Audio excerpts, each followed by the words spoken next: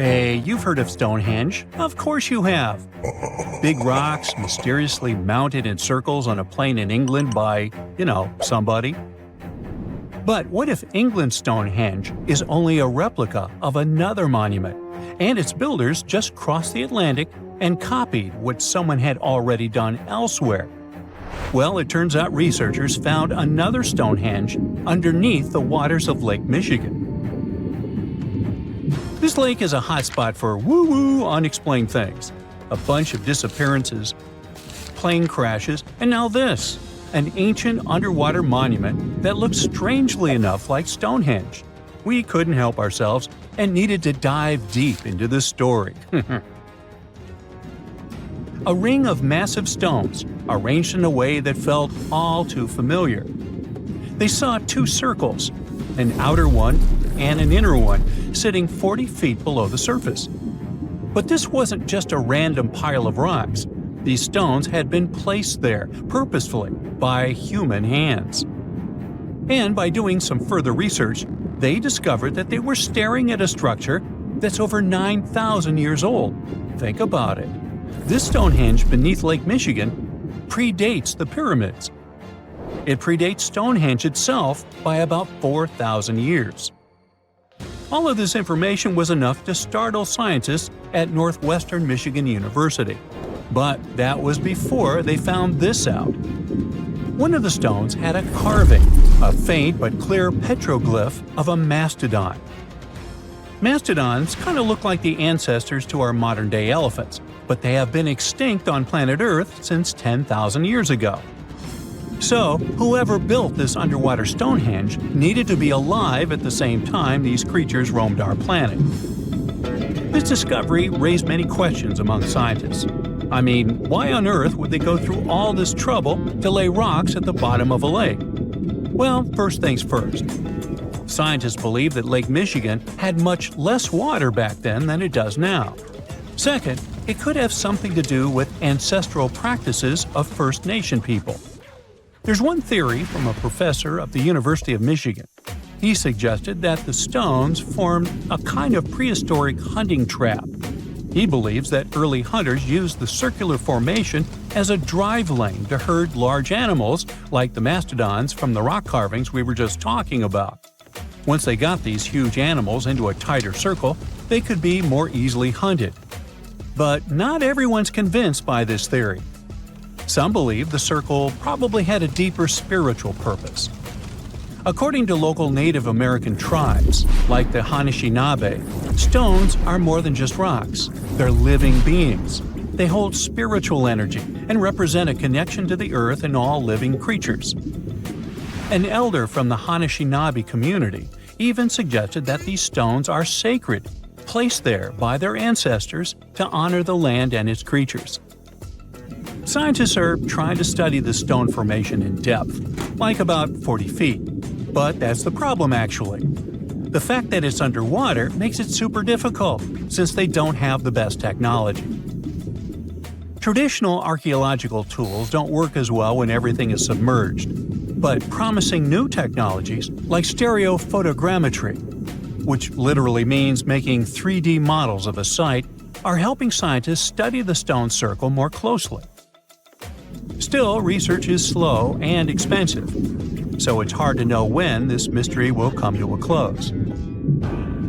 As we said, Lake Michigan is a hot spot for unexplained phenomena. Its lakebed is filled with shipwrecks, such as the Thomas Hume, a sturdy American schooner. It also collects debris from airplanes that have suddenly gone missing while flying the area, such as Northwest Airlines Flight 2501 that disappeared in the 1950s. Some people even call the area the Lake Michigan Triangle, suggesting paranormal activities like what happens in the Bermuda Triangle might be going on. The lake spans over 22,000 square miles, which means it's almost two-thirds the size of the country of Ireland. In 2024, scientists were able to access another one of Lake Michigan's mysteries, the wreck of the Margaret A. Muir schooner. This 130-foot-long sailing ship sank over 130 years ago. The discovery was announced just recently by the Wisconsin Underwater Archaeological Association, the WUAA, whose team found the shipwreck sitting 50 feet below the surface just off the shores of Algoma, Wisconsin. Built in 1872, the Margaret A. Muir was a three-masted schooner built to carry heavy cargo across the Great Lakes. Her final voyage started out as a routine trip. Loaded with bulk salt, the ship left Bay City, Michigan, heading for South Chicago, Illinois. But on September 30th, 1893, things took a bad turn. Just as the Muir approached the town of Annapolis, now known as Algoma, a sudden storm hit. The ship began taking on water fast. The captain of the boat ordered his crew to abandon ship, and thankfully, they all made it to shore safely. For more than a century, the wreck sat undisturbed on the lake bed, its location a mystery. But thanks to a combination of historical research and high-resolution sonar, WUAA searchers finally found her in May of last year. The wreck is remarkably well preserved, with parts of the deck and gear still visible. Well, just a few lakes over to the left, researchers uncovered another impressive thing. At the bottom of Lake Mendota, near Madison, Wisconsin, researchers found 11 ancient canoes. They believe the oldest of the canoes dates all the way back to 2500 BCE. Now, if you don't get why that's important, it's because you're thinking with today's head. If in a classic Midwest highway you see a bunch of pickups, then back in the ancient days you see only canoes. They were the main mode of transportation for indigenous cultures. They were used to fish in deep waters, trade goods, and travel long distances. The reason why scientists were so excited with this discovery is because they had never found any proof of what canoes were being used for in this region back then. And to understand the local cultures that inhabited the area during this time period, they needed to have some information on that. This exciting discovery was announced by the Wisconsin Historical Society in May 2024. The first canoe, which they believe is around 1,200 years old, was pulled from the lake in 2021. Then a second one was dug up in 2022. And now divers have found at least 11 more canoes along what would have been an ancient shoreline, long since submerged. One theory is that these canoes were intentionally sunk to keep them from freezing or warping in winter. It's possible people stored them in the same spot for generations. Or maybe this is just a small part of a much bigger settlement. Historians do believe there could be an ancient village hidden under the water of the lake. Divers have already found stone tools, like net sinkers used for fishing, but the village itself hasn't been located yet. Truth is, while the Great Lakes often steal all the thunder, scientists point out that smaller lakes like Mendota have stories too. The Wisconsin Historical Society is working closely with Native nations to piece together more about the lake's history. You'll need to believe me when I say there is a third Stonehenge, all the way under the waters of Lake Constance, Switzerland. I mean, think of it like Stonehenge's cousin. Archaeologists began to discover this back in 2015, when they found a line of 170 man-made stone cairns under the lake. Scientists say this was most likely the work of several villages, and that the cairn site was probably used for some collective purpose because, well, the formations are huge. Some of them are several dozen feet wide, and they can build up to 6 feet. The most amazing discovery so far is that the site dates back to around 5,500 years ago. So around the time the original Stonehenge was being built. Some of the facts that link them together are their construction dates, as well as the distinct characteristic of stone monuments built in a circular format. Scientists don't know much about this site yet, but hey, I see a pattern manifested all over the world, don't you? That's it for today. So hey, if you pacified your curiosity, then give the video a like and share it with your friends. Or if you want more, just click on these videos and stay on the bright side.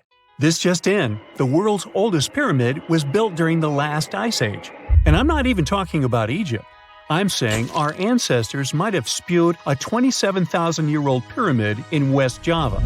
Gunung Padang is not exactly shouting pyramid. It's more of a mound with huge scattered stones tossed all over it. But local people seem to revere it, and they have for centuries. It wasn't until recently that the Indonesian authorities decided to excavate a bit deeper to see what all the fuss was about. They ended up finding the remains of a human settlement. It was rather unexpected, since the mound is pretty high up. This excavation could only prove there were humans in the area as far back as 45 BCE, which sounds reasonable.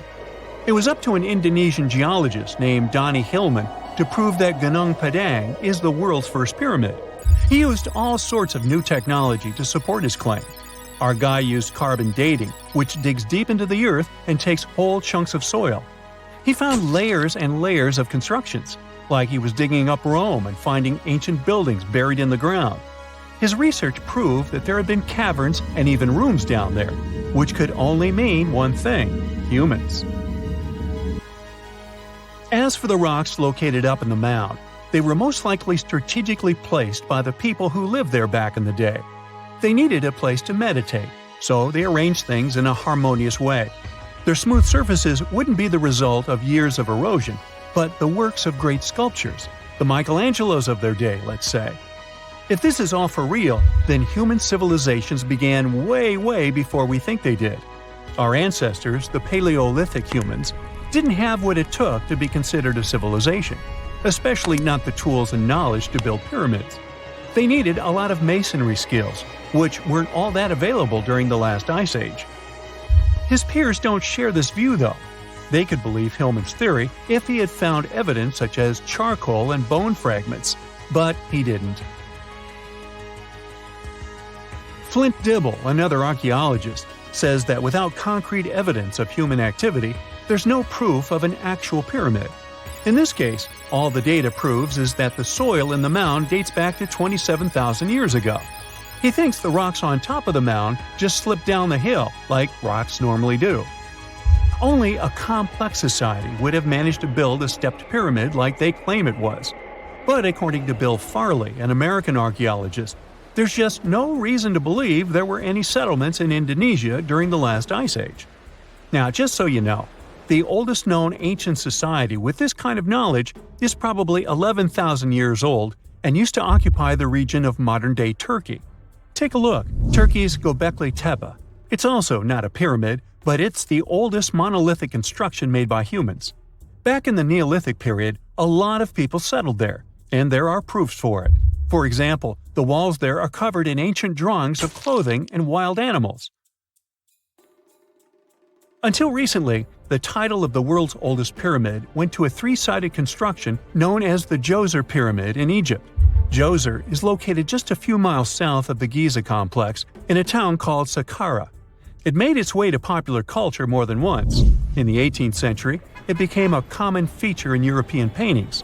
Young men from the cultural elite did a grand tour around the world, and Saqqara was at the top of their list. It was also featured in the video game Assassin's Creed, with a digital representation way more accurate than many historical drawings of the thing. That was kind of a big deal in ancient Egypt, to build pyramids for kings to spend their afterlives. And if you thought the Khufu pyramid was the oldest one in the world, well, Djoser was built 70 years ahead of that time. The development of new technology has allowed archaeologists to make groundbreaking discoveries, and a new, or should I say ancient pyramid in South America might win the title in dispute. It turns out that pyramids were also pretty fashionable in the Americas in the old days. Among them are the iconic pyramids of Guatemala's Tikal temple complex, the same ones that appeared in Star Wars No. 4. But to find the oldest pyramid in the Americas, one would have to travel to Peru. Deep in the Peruvian desert, archaeologists stumbled upon a sprawling ancient metropolis known as Caral. At first, researchers believed that the settlement was pretty recent, since the site was way too complex for ancient technology to handle it. As we said, Caral is a desert town, like Las Vegas, but without all the hoopla. This means no easy access to water. And for cities like these to thrive, they need a considerable irrigation system, which leads us back to complex technologies. The Peruvians surprised us all with this new discovery. This site was huge, filled with an amphitheater, houses, and religious buildings. The whole thing probably sprawled through 370 acres. And when scientists went to test their initial hypothesis using radiocarbon dating, they found that the city probably sprung around 2027 BCE. On the site, archaeologists found 6 pyramids that could possibly predate the one in Saqqara. As far as they know, both civilizations coexisted in the same time period, in opposite parts of the world. But since researchers can't pinpoint the exact age of Corral's pyramids, it's pretty hard to guess which civilization completed their pyramid first. If only we had a crystal ball. Now, it just so happens that the shape of a pyramid is something that nature is able to produce all on its own, leaving us modern-day humans a bit confused. A classic example is the Japanese side of Yaonagani, which also goes by the name of Japan's Atlantis. The entire monument is about the size of 5 football fields and the height of a 5-story building. Explorers and scientists believe that Yaonagani dates back to 10,000 years ago. For Japan's top marine geologist, Professor Masaki Kimura, Yaonagani is the heritage of a lost civilization. Kimura has dived into exploring the ruins over 100 times over the past 10 years. To him, there are clear signs of human activity down there. Check out this triangular-shaped pool on the monument's surface. Kimura thinks it's actual proof of humans, because this triangle-shaped concave is a historical symbol of water fountains in the region. As it happens with a lot of these cases, not all scientists are convinced the same. For many, Yaonagani is probably the result of thousands of years of erosion, and the fact that the monument is composed of one massive rock leads them to believe it is not really human-made. Sure, these huge basalt columns may look like the ruins of a palace, but they're most likely the result of the intense volcanic activity in the region. And speaking of natural formations that really look like a human made it, a pyramid on Mars has been a hot topic lately. Humans have been keenly trying to prove that there is life on Mars for quite some time. But some are stretching it really far, saying that little green or gray people built a pyramid on the planet to try and build their own civilization. This picture was taken over a decade ago by the Mars Reconnaissance Orbiter, the MRO, but it started to resurface recently. It shows what looks like a 3-sided pyramid. Some people claim that the smooth side of the pyramid could only be the effect of otherworldly work. Then science comes along and explains that Mars is home to one of the deepest canyon systems in the whole solar system. The so-called pyramid is located in what is known as the Kandor-Chasma region. This Martian region has a bunch of similar formations that are nothing more than the result of erosion. Nothing supernatural going on there, apparently. That's it for today. So hey, if you pacified your curiosity, then give the video a like and share it with your friends. Or if you want more, just click on these videos and stay on the bright side. If you come across a well in Portugal, resist the temptation to gaze into its depths.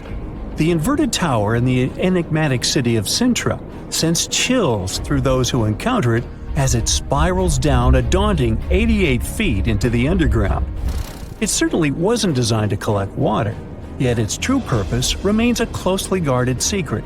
Dating back to around 1904, this well could have been involved in a mysterious initiation tradition from the Knights Templar. The Templars had faded into history almost 6 centuries before the construction of this pit, but their enigmatic traditions were revived by later generations. So one theory says that candidates seeking to join the group back then had to confront their deepest fears by facing this well, descending its spiral staircase blindfolded. When they reached the bottom of the inverted tower, they removed their blindfolds and were faced with this frightening sight. The only way out of this dark labyrinth was to keep looking up and following the light. Now imagine yourself browsing the shelves of a used bookstore until you find a book with an alphabet you've never seen before. You decide to use an image translation app, but find no matches. Intrigued, you buy the book. Then you show it to your friends and family, but nobody recognizes that alphabet. Rare book dealer Winfried Vonnig probably experienced the same frustration back in 1912, when he acquired what would later become the most enigmatic book in the world. The work is known today as the Voynich manuscript, and it's written entirely in an unknown language that no one has deciphered yet. The pages of this 15th century codex are filled with botanical drawings, but these aren't typical daisies or roses. In fact, they don't resemble any plant species that we know of. What makes things even stranger is the illustrations of unfamiliar constellations and women swimming in green baths. Delving deeper into the realm of mysterious texts, we set off on a journey to the Qumran Caves near the Salt Sea in the Middle East. In 1952, a team of archaeologists stumbled upon 2 scrolls made of highly oxidized copper at the site. Unrolling them was a major challenge, so they decided to cut the scrolls into 23 parts to investigate them. Imagine their surprise to see Hebrew words like gold and silver popping up. But no, it wasn't an ancient invoice. It was more like a treasure map, pointing the way to over $1 million. Unfortunately, the treasure was never found. Not for lack of trying, though. You see, the quest isn't as easy as it may appear. Some of the copper scroll's vocabulary is technical, and some geographical locations remain a mystery. There's also one last possibility. Perhaps it's all a work of fiction, like a pirate tale from the old days. People talk about Mona Lisa's almost haunting stare that seems to follow you no matter where you stand. But here's a quick question. Does she have eyebrows? You got it right if you said no, and her complete lack of eyebrows adds another layer of mystique to her gaze. The most common explanation is that beauty standards were different, and perhaps plucking the hairs above the eyes was a thing around 1503. But take a look at other Italian paintings from that time, like La Schiavona or Portrait of a Young Girl.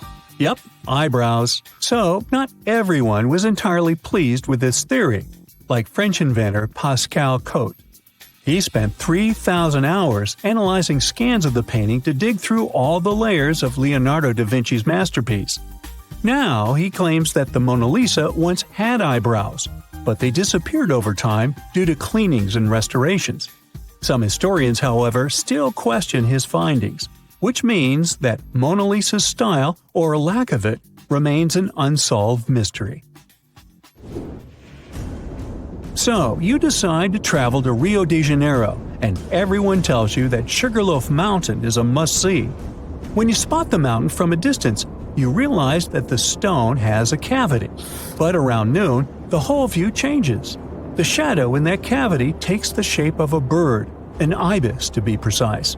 A local legend links this bird shape to the ancient Egyptian deity Thoth, as if the ancient Egyptians once visited Rio de Janeiro and were somehow inspired by the natural phenomenon. But it's probably just a big coincidence. I mean, literally. The real mystery, however, lies in the waters around Sugarloaf Mountain. In the 80s, archaeologist Robert Marks got a tip from locals about a treasure hidden beneath Guanabara Bay. He dove in and found quite a few Roman amphorae. You know, those ancient vases with 2 handles? His discovery could potentially provide evidence of a Roman shipwreck that might have reached Brazil 17 centuries before the Portuguese even set foot there. However, he couldn't proceed with his research, and to this day, the idea of the Roman presence on Brazil's coast remains uncertain. The true location of Cleopatra's tomb isn't the only ancient Egyptian mystery. Many secrets are carved into the walls of ancient structures, like in the Temple of Seti I. Take a close look at this hieroglyph, and you'll notice that it resembles a modern-day helicopter. Look to the right, and you'll see an engraving that looks like a submarine. Odd, right? The most reasonable explanation for this has to do with the legacies of different rulers. When a new pharaoh came to power, they had their own hieroglyphs added over the original ones. But this is still a topic of debate, as some Egyptologists believe that these mysterious hieroglyphs may represent some kind of ancient technology. The same applies to the Dendera light. The image found in the underground passageway of the Hathor Temple is a subject of significant controversy in Egyptian history. Some researchers suggest that the inscription simply represents a rising sun, while others interpret it as evidence of some kind of modern lighting system. And it does indeed resemble Crookes' tube, one of the early experiments with electrical discharges. Although there's no concrete evidence of ancient Egyptians having modern electricity, some historians believe that this theory could help explain why many discovered tombs don't have any residues left behind from the use of oil lamps or candles. A lot has been said about the mysterious pyramids of Egypt, but many people tend to forget that other inexplicable structures had already existed even before them. Our next stop takes us to Turkey. The top of a hill known as Göbekli Tepe, near the city of Urfa, holds an ancient secret. It features more than 20 circular stone enclosures dated back over 11,000 years. Many of these have heavily carved stone T-shaped pillars adorned with eerie human figures with folded hands. The most accepted theory is that it's the world's first temple, likely used for rituals or social events. But the greatest mystery lies in how it was built, as this site existed before the domestication of animals or the use of metal tools. So the construction must have been very difficult, challenging our understanding of the historical timeline. Now, I hope you're not afraid of heights, because we're about to take a flight over the Nazca Lines. You've probably already heard about these massive mysterious drawings etched into an arid region of Peru. They come in many different shapes, like a spider, a monkey, and even a Google-eyed ET that is probably just a fissure. Anyway, this story got some fresh chapters in 2022 when an additional 168 new drawings were discovered. The original ones could only be seen from the air, but these new ones are much smaller and can be observed from the ground. However, one thing they have in common is that their purpose remains totally unclear. Some might call them the largest-scale calendar in the world. Others suggest that they served as a tool for agricultural purposes. Of course, many theories have emerged in an attempt to give the Nazca Lines a meaning, but the truth is that they remain some of the most important unsolved mysteries in history. That's it for today. So hey, if you pacified your curiosity, then give the video a like and share it with your friends. Or if you want more, just click on these videos and stay on the bright side. They say this place is swarming with money. It's been stored there for centuries, but no one managed to take it away from this island. Treasure hunters have been bewitched with this place since 1795. Many people have tried their luck looking for the treasure that could be hidden there by the Spanish pirates or even by the Knights Templar. But today, it's impossible to get there, as it's a private place, so all you can do is book an ocean tour around this island. Otherwise, you can take a peek at it in a TV reality show starring the Lagina brothers, Rick and Marty, who are a team of enthusiasts looking for the treasures of Oak Island in Nova Scotia, Canada. Yeah, seems like there's no place where TV producers can't get to. One of the most famous discoveries out there was the so-called Money Pit. Despite the promising name, it wasn't full of money. Now we have to jump to 200 years ago. The Money Pit was first found by a 16-year-old kid in 1795. One day, Daniel McGinnis went fishing at Oak Island. He saw a tree there. Unsurprisingly, it was an oak, and it had weird markings.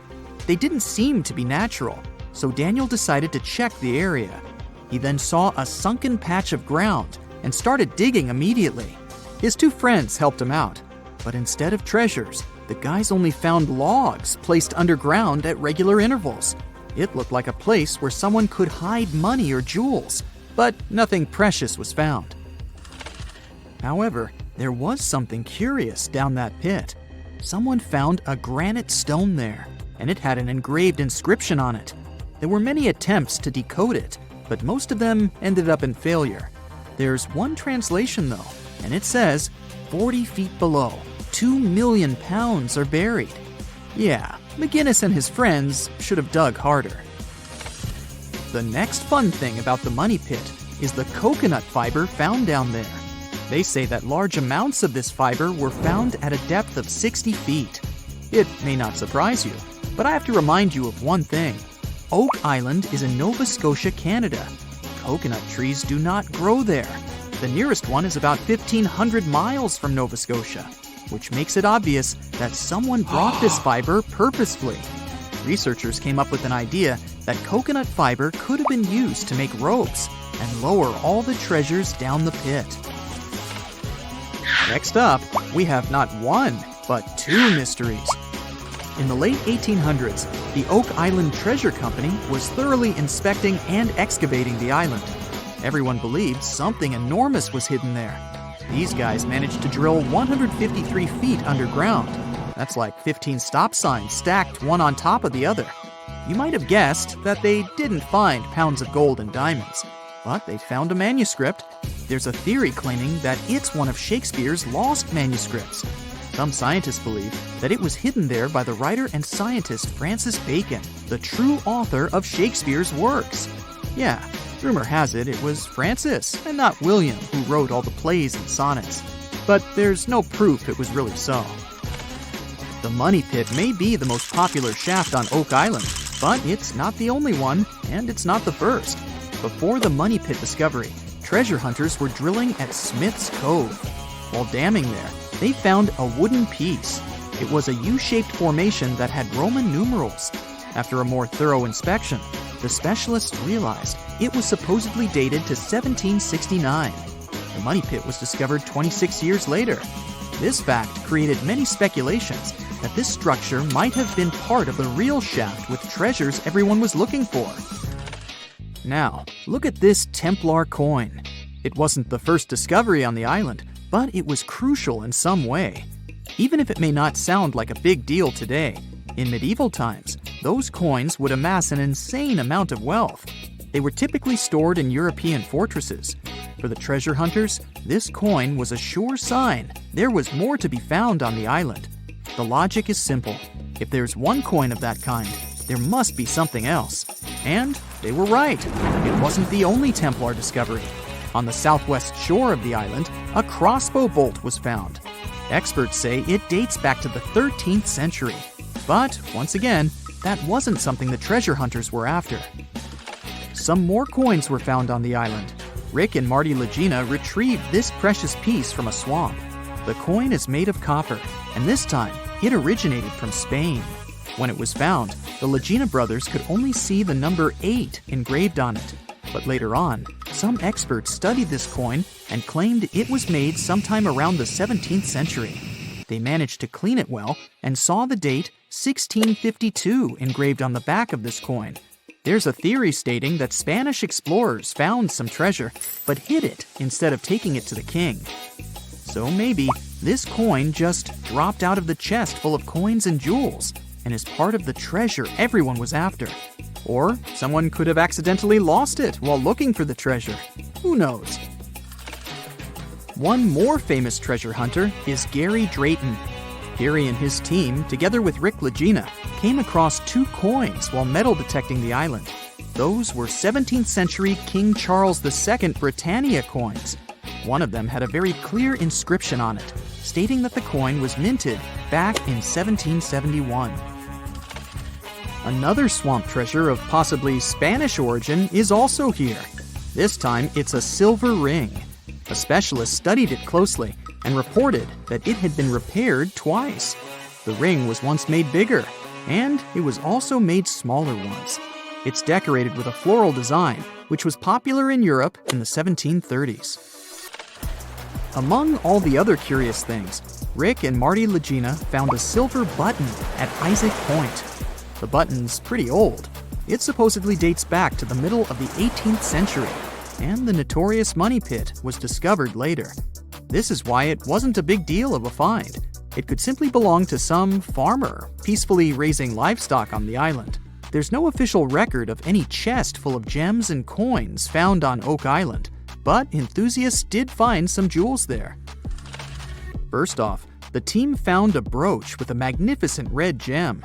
They mistakenly thought it was a ruby, but a professional gemologist stated it was a garnet.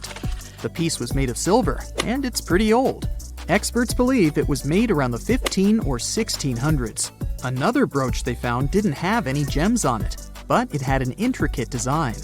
It's a brooch with a leaf design and an ornate rope. There are 13 branches of the leaf, which instantly created more mystery to the whole treasure hunting. First off, there's a carving with a 13-branched tree on a rock on the north shore of this island. What's more, many people believe that the number 13 is important to the Knights Templar. The enthusiasts also found a brooch not far away from the place where Daniel McGinnis, the guy who found the money pit, lived. The brooch was shown to a professional gemologist, Charles Luton Brain. He had to break it to the team that there were no gems adorning this piece of jewelry. In fact, the stone that seemed to be a gem was just a piece of glass. It was processed using a special technique though, so it was leaded glass. The enthusiasts decided to study the brooch even more and found out that part of the brooch was made of gold. The specialists claim that the brooch dates back to the 14th century. Was it the treasure everyone was looking for? That's it for today. So hey, if you pacified your curiosity, then give the video a like and share it with your friends. Or if you want more, just click on these videos and stay on the bright side. This hidden village is called Aogashima. It's located right in the middle of a volcanic crater. You can find it to the south of Japan, in northernmost Micronesia. The story goes that a volcano erupted in the Philippine Sea in the 1780s, causing a lot of harm to a nearby community. Half of the population managed to escape the massive eruption and came back years later to rebuild their village. At the moment, about 160 people are living there peacefully, even though the volcano is still considered to be active. Huacachina in Peru lies in one of the driest climates in the world, and still, it's a beautiful town, surrounded by lush palm trees. It also has a lagoon, which is said to have special healing properties. The settlement has a little over 90 residents that manage small businesses. Most of them use sand as their primary resource. Some offer sandboarding services or even provide luxury dinners in the desert. For over 500 years, a small group of people has been living on a cliffside of a peak called the Green Mountain. It's one of the most remote places in Oman and in the whole world. The only way to reach the settlement is on foot, by mule, or by all-terrain vehicle. It's called Al Sogara, and you need to hike around 20 minutes up a steep stone staircase to get there. The village appeared back when the locals chiseled their houses into the mountain stone to protect themselves from storms and the cold. 5 families of the Al-Sharaki tribe still call this place home, about 25 people in total. A lot of other villages like this one can be found in the region, but Al Sogara is special because it's the only one that is still inhabited. Up until 14 years ago, there wasn't even electricity or telephone lines here. The nearest road you could drive on was 9 miles away. Since there were no schools, people had to learn how to read and write at home from their elders. To this day, the villagers continue their traditional practice of building their homes by carving them directly into the mountain rock. One of the most beautiful Greek gems is Monemvasia, a castle town located in southeastern Peloponnese. It was designed to be invisible from the mainland for added protection. You can only see it from the sea, and to reach it, you need to follow a narrow pathway that connects it to the mainland. That's actually how its name came into being. It translates to a single passage. Monemvasia was built in the Middle Ages, exclusively carved in the mountain rock. These days, a lot of old mansions have been turned into guest houses and boutique hotels. Not only is the architecture amazing and beautifully preserved, but it's also surrounded by crystal clear waters. A town with no roads? Pack your bags for Giethoorn in the Netherlands, if you don't mind traveling by boat. The town is very peaceful, probably because everyone here travels by canals. Even the mail gets delivered by water. Since there's no car traffic and people rarely move around, the town is really quiet. So quiet that the loudest sound one can hear is the quacking of a duck every now and then. It initially started as a movie set. But Hobbiton, in New Zealand, still exists, even after the filming of The Lord of the Rings and The Hobbit was finished. Tours to the charming set town are now available. There are 44 Hobbit holes in total, though only a few of them are actually open to the public. The isolated cliffside village of Gasadalar in the Faroe Islands has a population of only 11 people.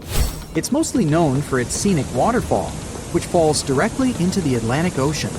You could only reach it on foot, hiking through the mountains not so long ago. However, a tunnel has been constructed recently, making the place easily accessible by car. The 1980s musical Popeye had a custom set built on Malta.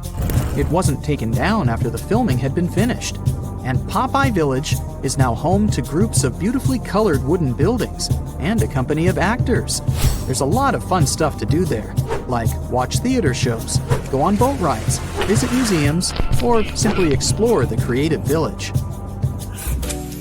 The oldest and most photographed village in Austria is called Hallstatt. It's a hidden European gem with beautifully preserved old buildings and a subterranean salt lake. It's also home to a museum with artifacts as old as 7,000 years and the world's oldest salt mine. Fort Bortange in the Netherlands is a small establishment shaped like a star. Creative parts aside, it was built this way for defensive purposes. It gave the guards of the fort a strategic advantage because they had a perfect 360-degree view. These days, the construction is perfectly preserved, including its old buildings, cobblestone streets, wooden windmills, and sophisticated bridges. In Morocco, there's a traditional earthen village made entirely from clay bricks. You can find it in a valley close to the Atlas Mountains, 32 miles from the capital of Morocco.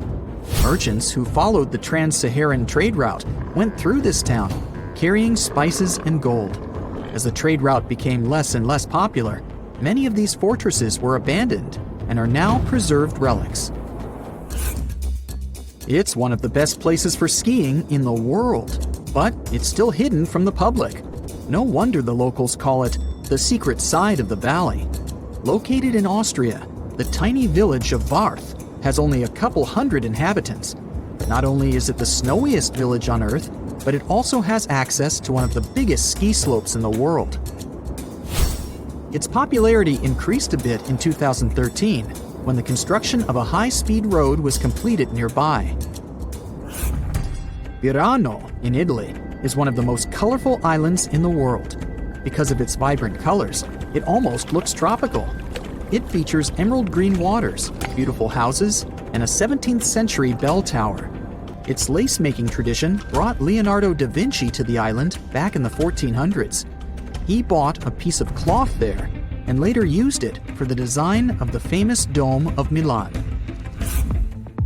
If you have a UK passport, you must be familiar with the beautiful small town of Bibury, as its scenery is featured in your ID. It's surely one of the most charming towns in Europe, as it's made up of stone buildings standing on the River Colne. The image in the UK passports is that of Arlington Row, a line of weavers' cottages that date back to the 14th century. The town of Coober Pedy in Australia is partially underground. It all began back in 1915, when opal deposits were found in the area. To this day, the town is still the biggest opal mine in the world. People living there figured out that it would be more comfortable for them to stick to the underground, as the temperatures outside can reach 125 degrees Fahrenheit. So, the settlement now has underground stores and galleries. Coober Pedy is also home to the world's first 4-star underground hotel. To visit the most remote location in the whole world, you'll need to prepare yourself for quite a journey. If you're traveling from the United States, for example, the easiest route is a 15-hour-long flight to Cape Town, South Africa, followed by a 6-day boat ride. Only after that will you reach Tristan da Cunha. Or you can take a month-long cruise across the South Atlantic Ocean, whatever works better for you. Planning in advance is a must, since there are only 9 boat trips to the island yearly. The island itself is just 7 miles long. Sitting right in the middle of the South Atlantic Ocean, it covers a mere 37.8 square miles. The 300 residents are all farmers. They have the internet, but it's really slow. As for a phone network or a local newspaper, neither is available. The inhabitants of the island speak a dialect of English that is used by the smallest number of people in the world. That's it for today. So hey, if you pacified your curiosity, then give the video a like and share it with your friends. Or if you want more, just click on these videos and stay on the bright side. The ancient city of Taposiris Magna is hidden on the northern coast of Egypt. These days it has very little of its former glory, but what lies beneath it may hold the secret to uncovering a famous mystery, that of Cleopatra, the most memorable Egyptian queen in history. The recently discovered tunnel is also known as a geometric miracle for its time. Excavations have uncovered a 43-foot-long structure below the ground, which is partially submerged in water. Its shape and construction technique are similar to that of the Eupalinos tunnel, another amazing ancient discovery. This one is located in Greece and was built by excavating simultaneously from 2 points, aiming to have them meet in the middle. The use of math and geometry to make this construction was astonishingly precise for those days, more so since it was built near a mountain. Archaeologists that have been working on the Taposiris Magna site since 2004 believe this tunnel may lead to the lost tomb of Cleopatra. The clues they found so far seem to back up this theory. For starters, the city and its temple were built by one of Cleopatra's ancestors, Ptolemy II. All the architecture seems to indicate it was dedicated to the ancient spirit Osiris and his queen Isis. Throughout her reign, Cleopatra did try to associate herself with Isis, so it may be no surprise she chose this location as her final resting place. Scientists have yet to pinpoint Cleopatra's tomb, but research continues with the help of modern technology. To study this location better, archaeologists have even used a special device called ground-penetrating radar. This tool allows us to analyze what lies beneath the ground without being intrusive. Since this tunnel is so old, research needs to be done very delicately. Seeing pictures of what's underground before you start digging is incredibly useful and has been done here since 2011. Finally discovering Cleopatra's tomb may help us piece together her story, especially what might have happened during the last portion of her life, which is still surrounded by mystery. We still don't know the exact cause of her passing. Some believe she may have let herself be bitten by a poisonous Egyptian cobra. Others have suggested that she was well accustomed to toxic substances, even hiding some in her hairbrush in case she ever needed it. But that's not to say she chose to use it on herself. We do have a lot of other interesting information on Cleopatra that's equally as impressive, like the fact that she had a stylist. Most of the images you've seen depicting this famous queen show her wearing black eyeliner. This look was put together by Airas, a woman known to have been her personal beautician. She traced the long line from her eyes to her temples, a makeup technique still used today to enhance the eyes. Airas was an important figure throughout Cleopatra's life, known also as her confidant and close friend. There are even theories that suggest Airas was there by her side when she passed away. Despite her well-thought-out looks, Cleopatra wasn't as pretty as she's described. Or at least, that's what recent research has pointed out. Sure, if we look at movies and modern imagery, she's depicted as this incredibly beautiful woman with symmetrical and delicate features. However, if we look at coins showcasing her image from back in the day, her looks are rather average.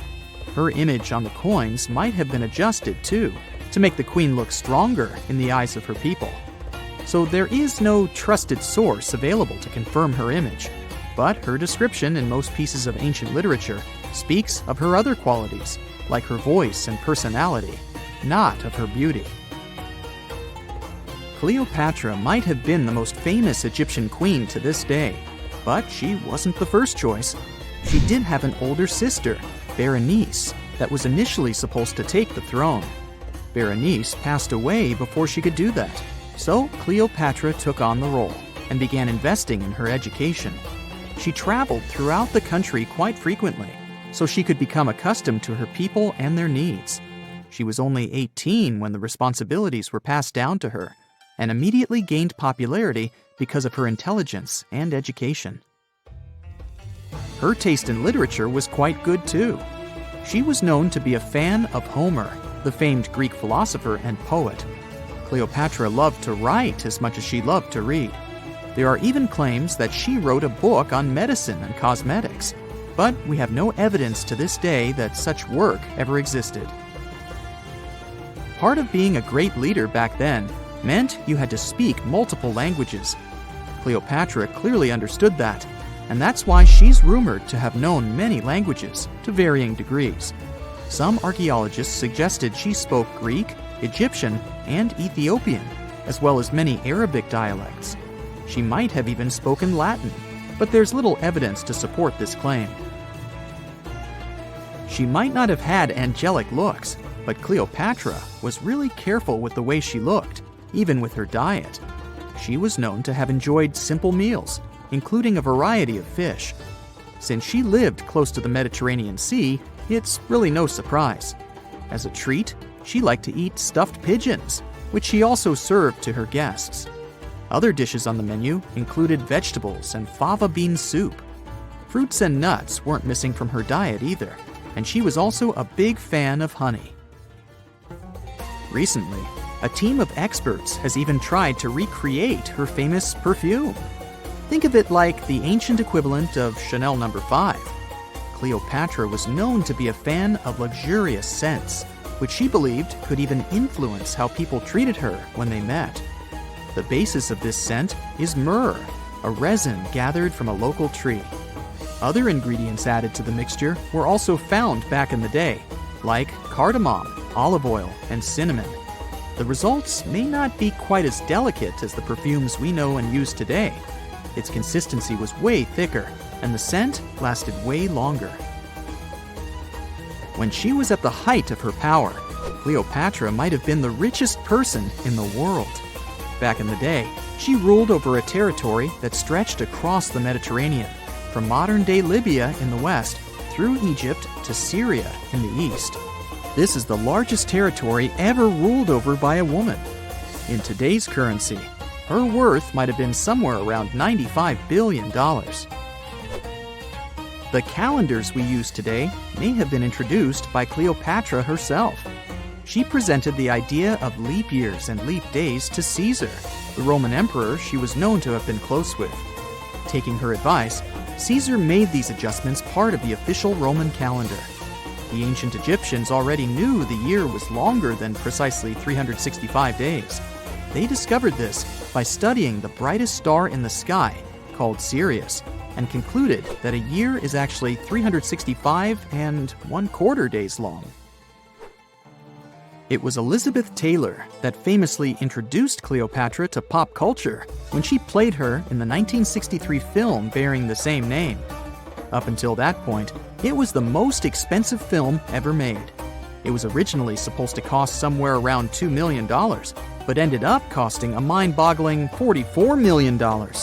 That's mostly because of script and production issues. To make this iconic movie, producers created 79 sets from scratch, as well as over 26,000 costumes for the cast. Elizabeth Taylor's Cleopatra costumes alone cost somewhere around $200,000. Thankfully for the producers, the movie made headlines and was well received by critics, making it a box office success. A lot of people associate Cleopatra with another famous Egyptian ruler, King Tutankhamun, nicknamed King Tut. Surprisingly, apart from both of them being Egyptian pharaohs, they have nothing else in common. For starters, King Tut lived around 1,300 years before Cleopatra did, and there is also no connection regarding their ancestry. Cleopatra had Macedonian Greek roots, while King Tut was a native Egyptian. That's it for today. So hey, if you pacified your curiosity, then give the video a like and share it with your friends. Or if you want more, just click on these videos and stay on the bright side. We all grew up believing that Stonehenge is the world's most ancient observatory. but now it has some serious competition for the title. Nabta Playa was built more than 2,000 miles away in southern Egypt and thousands of years before Stonehenge and even the pyramids of Giza.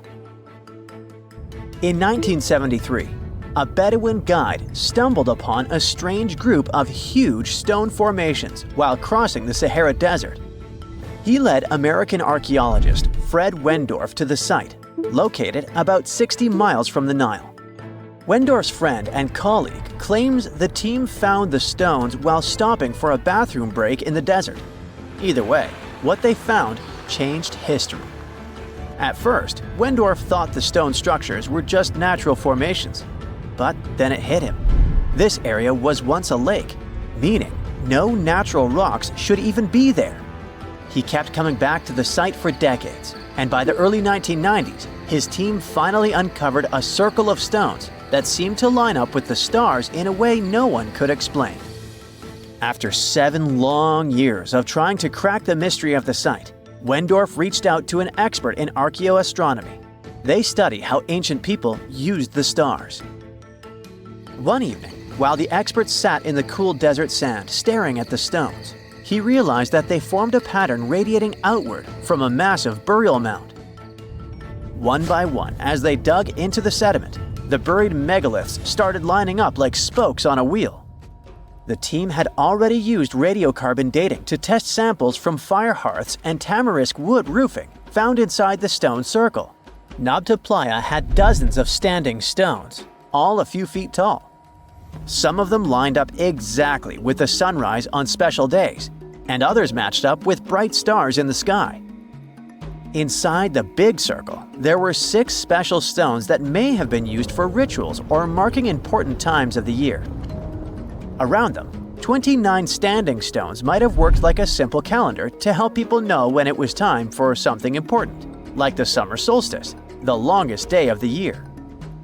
When the sun rose in just the right spot, it was a sign that the rainy season was coming.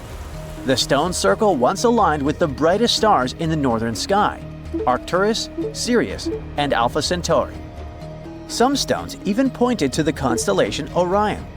By tracing Arcturus's movement across the sky, they figured out that it matched perfectly with the circle around 4800 BCE. That means it was the oldest astronomical site ever discovered. And the people of Nabta Playa may have been watching the stars thousands of years before telescopes were even invented. It looks like it had a huge meaning for people living and traveling through the desert. Over 10,000 years ago, the long, cold, and dry ice age that lasted for tens of thousands of years was finally fading away. Northern Africa got massive monsoons and rains that filled up seasonal lakes. So, parts of the desert turned into short-lived oases. For the nomadic people who roamed this harsh land, these summer rains were everything. Their entire way of life revolved around cattle. When archaeologists opened the central tomb at Nabta Playa, they dug up cattle bones and even a massive rock carved into the shape of a cow. The people who built it used the stars to guide them and find hidden watering holes like Nabta Playa, which likely held water for about 4 months a year, starting with the summer monsoons. But there was no North Star back then, so instead they navigated using bright stars and the way the sky seemed to spin in circles above them. When the lakes were full, the standing stones would be partly submerged, and from the western shore, you would see the reflection of the stars on the dark water. Nabta Playa is way less famous than Stonehenge, perhaps because its stones were buried and the famous site in England was open to visitors for thousands of years. Sadly, when Nabta Playa did become famous, some tourists ruined parts of it by moving stones around, which messed up the ancient star alignments. To protect it, the authorities moved everything to a museum where people can see the stones and the carved cow statue without damaging them. The Egyptian observatory isn't the only construction similar to Stonehenge. It has versions that were used for different purposes from Germany and France to the US and the Andes in northern Peru. This last one is actually one of the oldest big structures ever built in this region. The circular plaza is made of 2 giant stone walls arranged in a ring. It was likely used for ceremonies and gatherings. Scientists have carbon dated it to be about 4,750 years old, which means it was built before the Great Pyramids of Egypt and Stonehenge. The plaza had 2 entrances and a special layer of clay, soil, gravel, and charcoal underneath. It was carefully planned and built. Archaeologists also found ceramic pieces, quartz crystals, and gemstones at the site, so it was definitely a special place. People visited it for centuries, but at some point it was sealed off, probably because of changing beliefs and traditions. The most recent discovery was the remains of a large timber circle roughly the same age and with parallels to Stonehenge, all the way up in Denmark. This open-air structure was likely part of a special area where prehistoric people from the late Neolithic and early Bronze Age gathered for rituals and ceremonies. The circle was made up of 45 giant wooden posts, forming a huge ring about 100 feet wide. The wood is gone now, but scientists believe tall timbers once stood in the holes and created an impressive wood henge. No one knows exactly what these circles were used for, but archaeologists have found animal bones and food remains at similar sites. So people probably used to gather there for feasts and rituals. In 2024, scientists found 2 ancient stone circles from the Neolithic period in Dartmoor National Park in England. Some archaeologists believe they might form a sacred ark. Many of Dartmoor's stone structures were built in a curved shape on the high ground in the center of the area. A long time ago, Dartmoor was covered in forests, so people may have used the high ground as important markers. One of the newly found circles fits inside this ark, but the other one is outside of it, to the north. This could have been an entrance point into the ark. There's also a raised bank of earth near the stones, which looks similar to other famous Neolithic sites, like the Ring of Brodgar in Scotland and Stonehenge itself. This means the people who built these circles may have visited Stonehenge or been inspired by it. Archaeologists in Oman found ancient stone monuments called tralith, which got the nickname Arabian Stonehenge. They were finished about 2,000 years ago, but no one knows for sure who built them or why. Scientists also found stone hand axes that are incredibly old, between 300,000 and 1.3 million years old, from the time when the first humans left Africa. At another site in central Oman, archaeologists discovered a Neolithic tomb from around 5,000 to 4,600 BCE. There are 2 chambers with the bones of dozens of people inside beneath a giant megalithic structure. Nearby, they also discovered rock carvings that were made by people who lived in the area. And then there is another Stonehenge look-alike, this time in Saudi Arabia, that was used as an apartment complex thousands of years ago.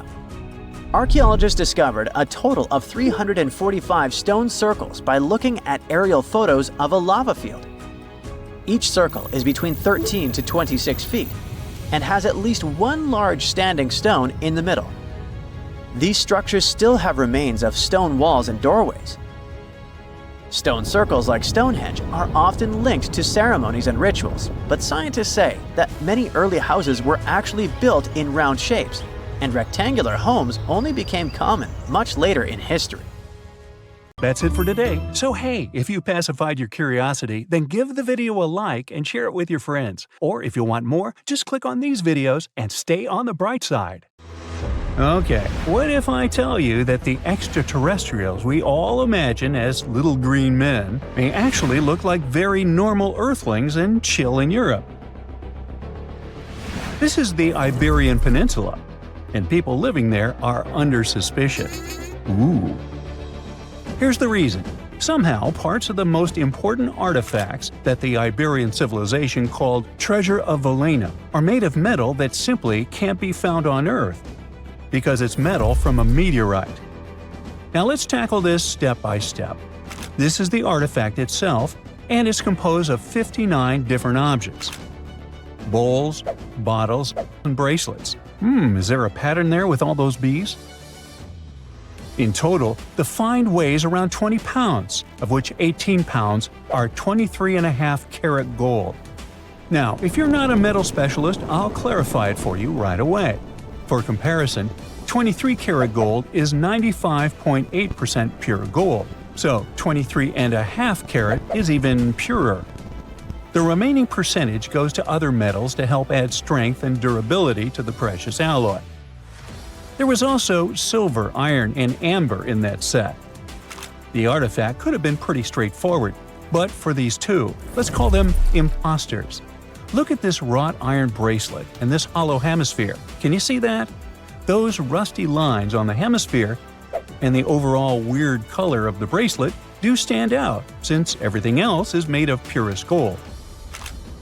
This all started back in 1963, when a researcher noticed a dark leaden metal among the shiny bowls and bottles.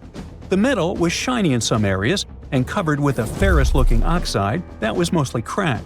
Now, just so you understand, gold does not usually act this way. Gold is one of the least reactive of all metals, so it won't even tarnish, let alone rust.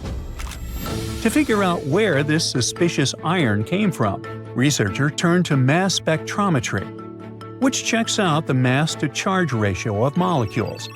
Their findings showed that the nickel in the iron is similar to that found in meteoritic iron.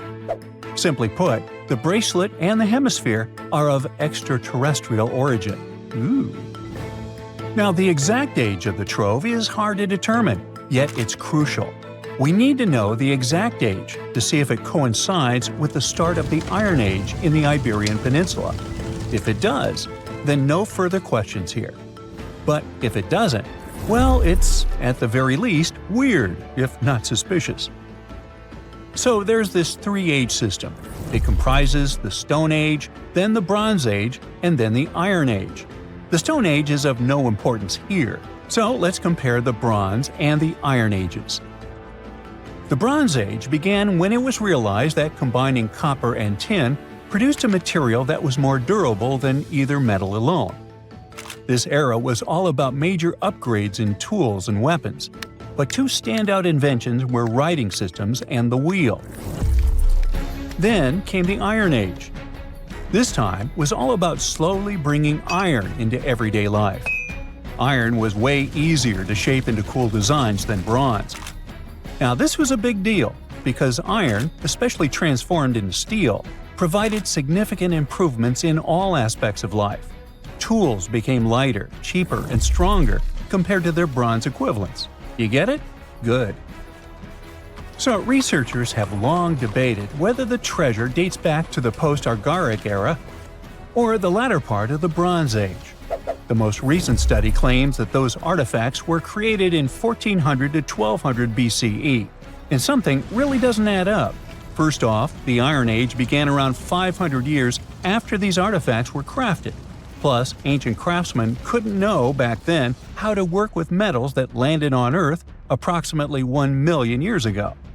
And while the dates are really hard to explain, there is a logical explanation for the craftsmanship. The theory here is that those metal workers simply had access to the fallen meteorite, and thus, they could study it well and discover its properties before using it for decorative purposes. They could have figured it out through trial and error, and once they knew exactly how to work with this extraterrestrial metal, they proceeded to adorn the artifacts with it. Plus, there were the Phoenicians, who contributed to their craftsmanship. Now, it's true that the Iberian people have been processing metal and making pottery long before the Phoenicians settled on the peninsula. But the arrival of new metalworking techniques and the introduction of the potter's wheel enabled them to produce better quality goods much faster than before. So, we figured out the extraterrestrial origins of the Iberian artifacts. But guess what? This area is still under suspicion. The reason for that is the language they spoke. You see, for most modern languages people use today, there will always be some proto-language. Say for Italian, Spanish, and French, it's Latin, hence their similarities. But wait, Iberian was largely spoken where modern Spain is, so why isn't Spanish similar to it? Well, the truth is, no language today is similar to the Iberian. Maybe only the Basque language, but it's because of some similarities found in their numerical systems. Basque is classified as a language isolate, or simply unrelated to any other known languages and the only language isolate in Europe. The Iberian language is unclassified. While the scripts written in it have been deciphered to various extents, the language itself remains largely unknown. And look at the alphabet the Iberians had. Looks like it doesn't really belong to our planet. But hold up, this one might be a bit of a stretch. When the Phoenicians came to the peninsula, they brought along their alphabet to the Iberians. But honestly, the Iberians probably weren't keen on just copying someone else's writing system, so they tweaked it until it looked completely different. Let's just say they took some inspiration and ran with it. While linguists can guess to some extent how most characters sounded, actually translating the language is still completely impossible. The Iberian language was non-Indo-European and faded away over 2,000 years ago. And there aren't any similar languages left to help us out. Super frustrating, right? Yeah. We got over 2,000 Iberian inscriptions from tombs, coins, potteries, lead plates, and even cave wall carvings. But aside from a handful of words, we're totally in the dark about what they mean. Now, if we could understand their language, we might have learned that they were great thinkers and all, but we can only contemplate the works of art they left. Iberian culture has a lot of amazing stuff made by talented artisans. We're talking about not just metalwork and ceramics, but also detailed sculptures, textiles, jewelry, and other personal bling. But here's the catch. Making all those luxury items depended a lot on a big farming class. At the heart of Iberian society, most folks were involved in farming and taking care of livestock. Depending on where you were, the types of farming varied. For example, up in the north, they were all about growing grains, while down in Valencia, they focused on producing olive oil and other agricultural aspects. In the west, raising animals was the name of the game. Still, we don't have much information about the day-to-day lives of the many people doing this essential work. Yet, on the flip side, we know a lot about the upper class of Iberian society, who control these agricultural resources and hire the artisans. By the 7th century BCE, we start to see a group of Iberian princes who were living the good life, trading with the Phoenicians and enjoying fancy luxury items. You can spot this elite class in their burial practices. Cremation was the go-to method for funerals among the Iberians, and wealthy individuals were often found in cemeteries with all sorts of lavish goods and funerary sculptures that give us a peek into the fashion and hairstyles of the rich. Interestingly, starting in the 6th century BCE, there was a noticeable drop in the number of recognizable burials, which suggests that these elaborate funeral customs became more exclusive to a small elite. Meanwhile, the fate of the majority, farmers, artisans, soldiers, and laborers, who made up a big chunk of the population, remains a bit of a mystery. It used to be a pretty advanced civilization, but it vanished without a trace. Researchers think it could have been due to some massive earthquake, but so far, we don't know for sure. That's it for today. So hey, if you pacified your curiosity, then give the video a like and share it with your friends. Or if you want more, just click on these videos and stay on the bright side. So in the end, will the sun be to blame for destroying our planet? Or how about a huge meteorite? Or some kind of disease? Probably not. It seems that life will disappear for a very unexpected reason. Humans, animals, insects, fish, and most microbes will be wiped off the face of the Earth because of oxygen, or more precisely, because of its absence. Recent research has shown that the number of freshwater reservoirs with very low or no oxygen levels in coastal areas is increasing worldwide. Over the past 65 years, 4 times more oxygen-deficient waters have appeared in the world's oceans. What does it all mean? It's likely that life on Earth will vanish much sooner than the sun's energies dries up all the oceans. The end is likely to come in a little more than 1 billion years.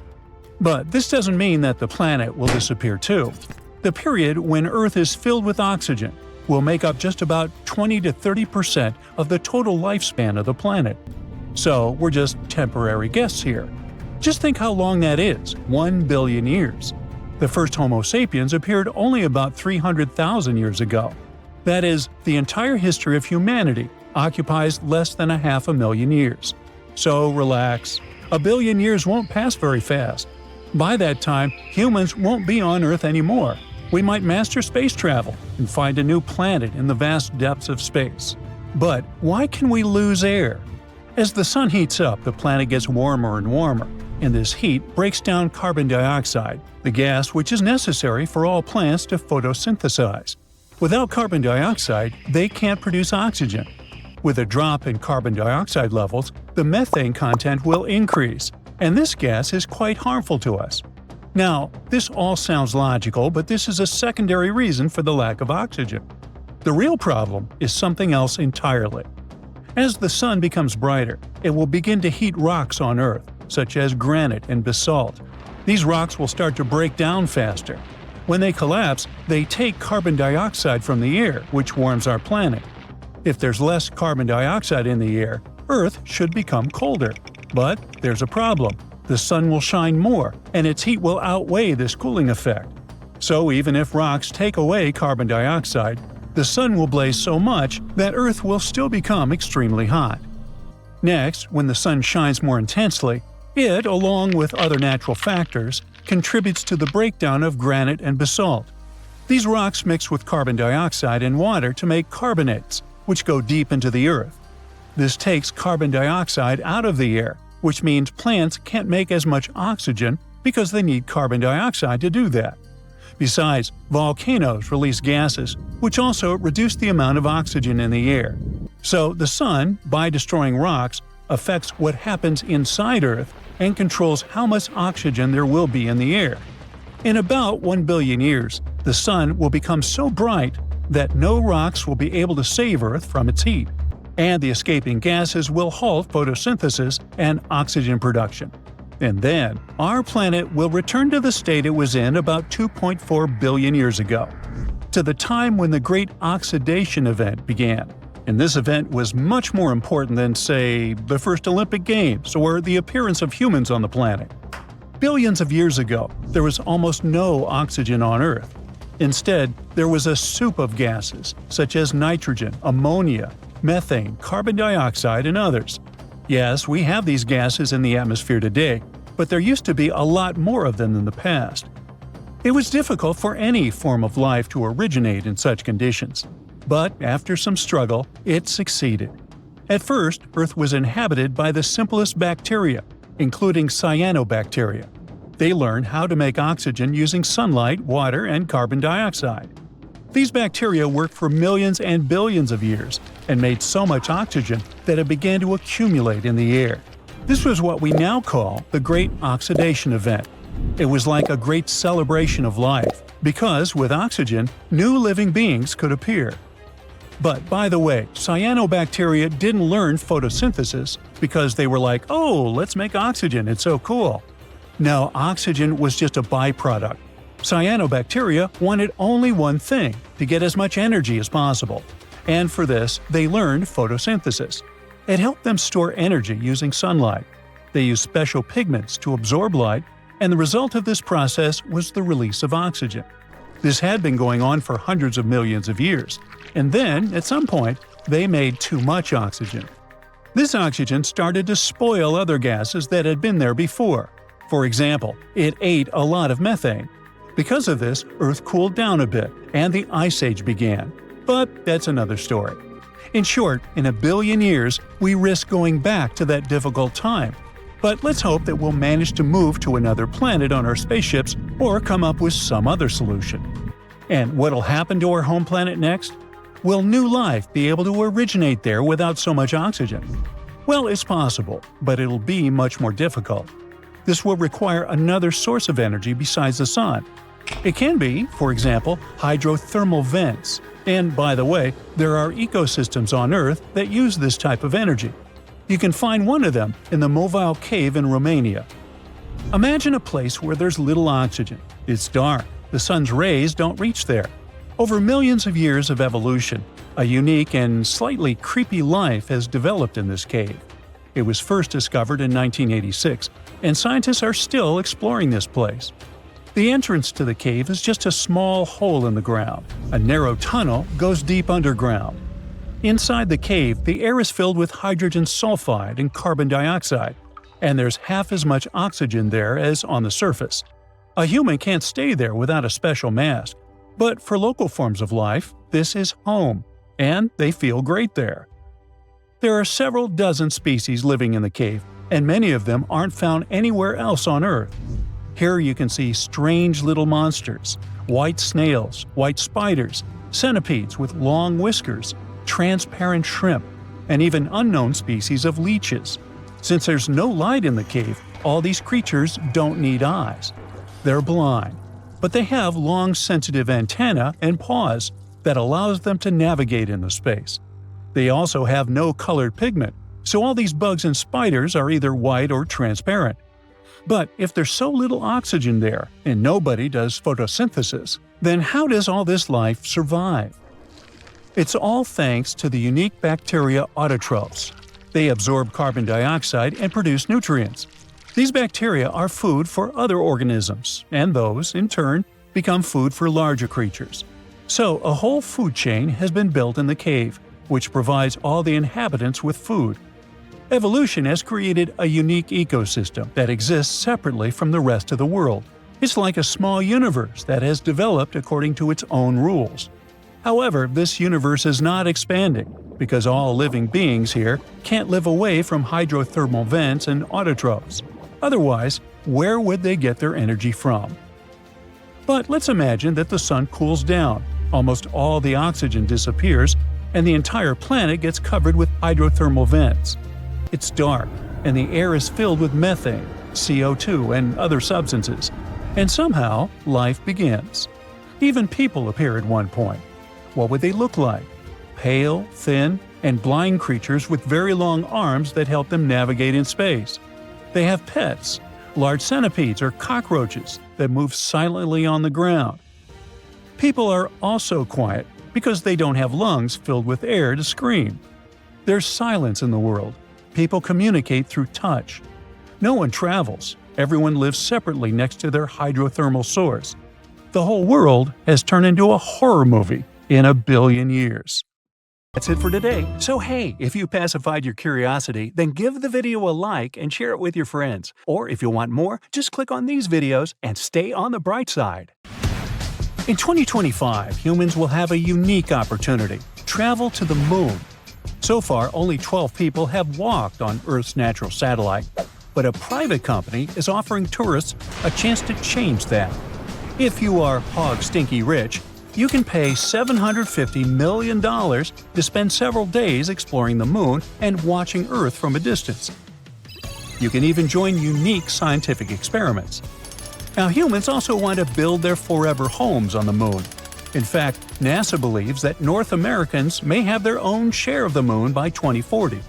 And you don't even need to be an astronaut to buy a plot of land on the moon. Of course, billionaires are already making plans. Their first idea is to exploit natural resources. The moon is packed with stuff that is rare here on Earth, like helium-3 and many rare Earth minerals, or more precisely, rare moon minerals. But I digress. Hey, if you can get your hands on some of it, you may get even richer. First, helium-3. It's great for clean nuclear energy, but it's super rare on Earth because it escapes into space. The moon, though, has tons of it, enough to power Earth for 1,000 years. Rare earth minerals are not actually rare on Earth, but they're hard to mine because they react with oxygen. On the moon, hey, there's no oxygen, so we could easily get loads of these materials to make better tech, like electronics and batteries. Scientists aren't thrilled about this.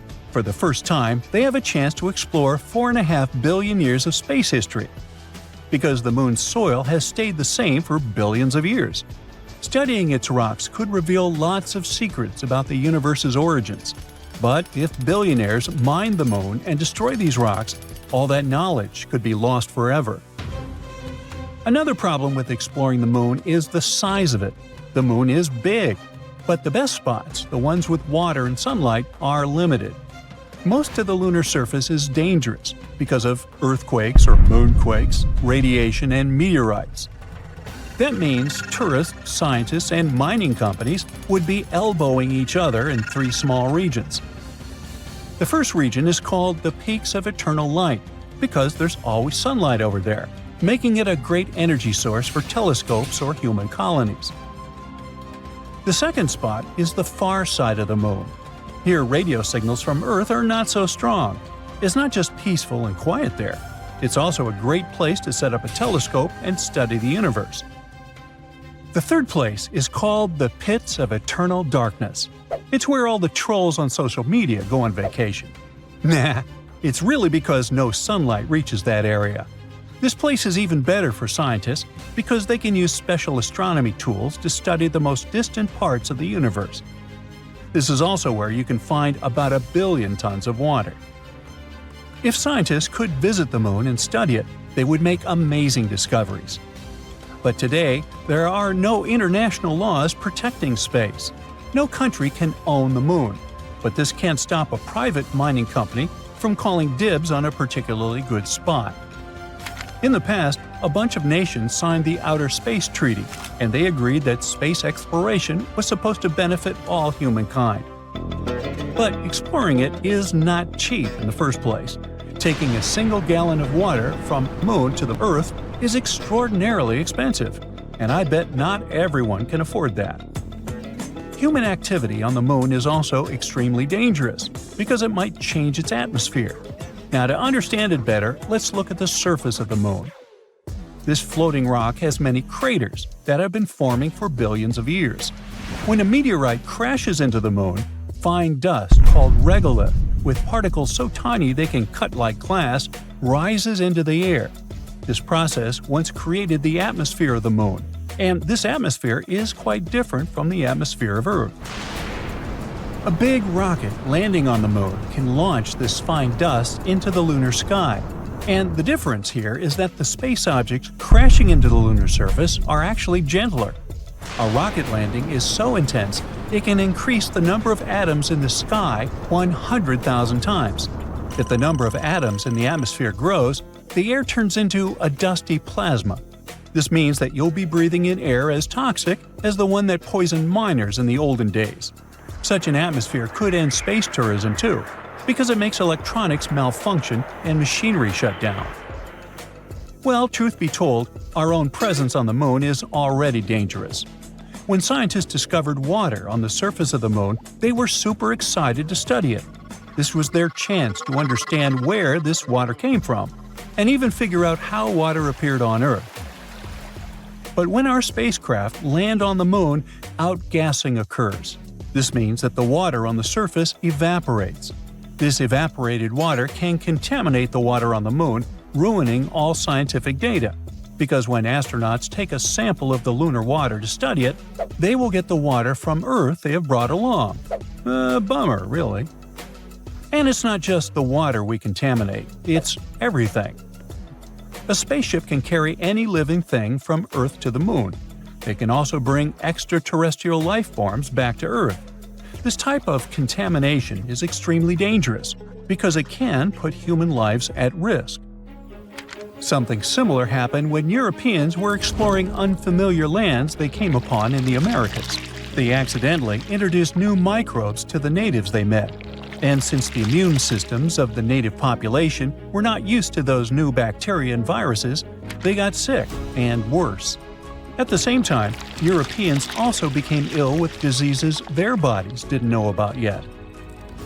And even though moon tourism is not happening yet, humans are already littering the lunar highlands like their own backyard. In 2024, an artist named Jeff Koons sent a sculpture to the moon. The sculpture is a transparent box filled with spheres, and it got to the moon thanks to a ride on a SpaceX Falcon 9 rocket. In each sphere, Koons engraved the name of a human he considered super important to humankind, like Aristotle, David Bowie, and Leonardo da Vinci. Thankfully, you don't have to go all the way to the moon to see this sculpture. You can purchase an NFT of each sphere. Or not. Back in 1971, the crew members of Apollo 15 also left a couple of things on the moon. A figure created by a Belgian artist and a commemorative plaque to honor other astronauts who couldn't be there. And it's not just art that humans dumped on the moon. If you take a walk, you might just stumble upon 413,000 pounds of materials left behind, including a gold olive branch, a falcon feather, a silver astronaut pin, a Bible, some golf balls, a hammer, and even leftover urine collection kits. Most of this stuff was left behind by the astronauts that explored space between the 60s and 70s. So you can find moon rangers, lunar probes, and orbiters that are decades old already. Now, to be fair, bringing back unnecessary equipment costs a ton of money.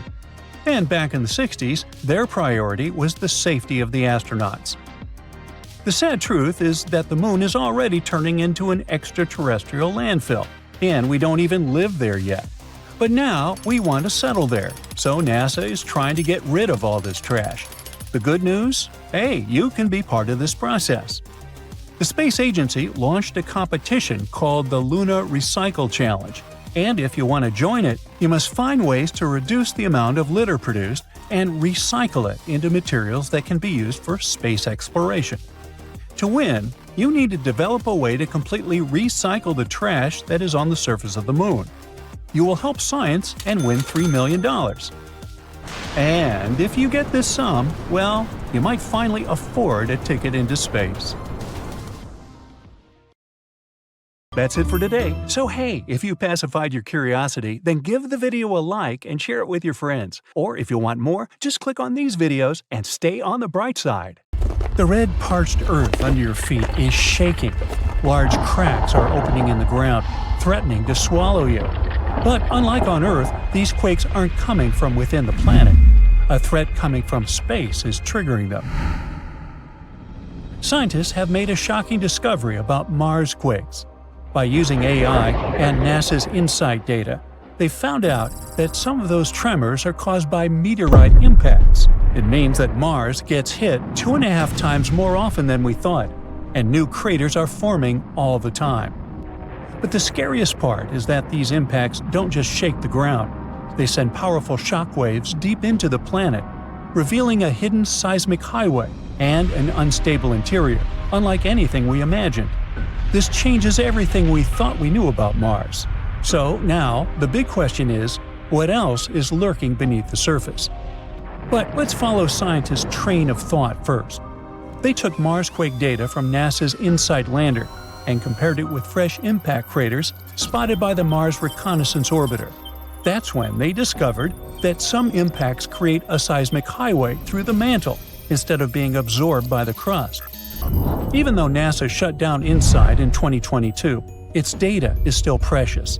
The lander, which placed a seismometer on Mars, recorded over 1,300 Marsquakes, some caused by underground rock cracking under heat and pressure, others, apparently, by meteoroids slamming into the surface of the red planet.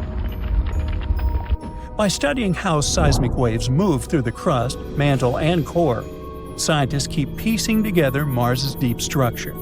In the past, researchers already linked impact craters with seismic data. But these new studies are the first time when a fresh impact has been connected to quakes detected in Cerberus fossae.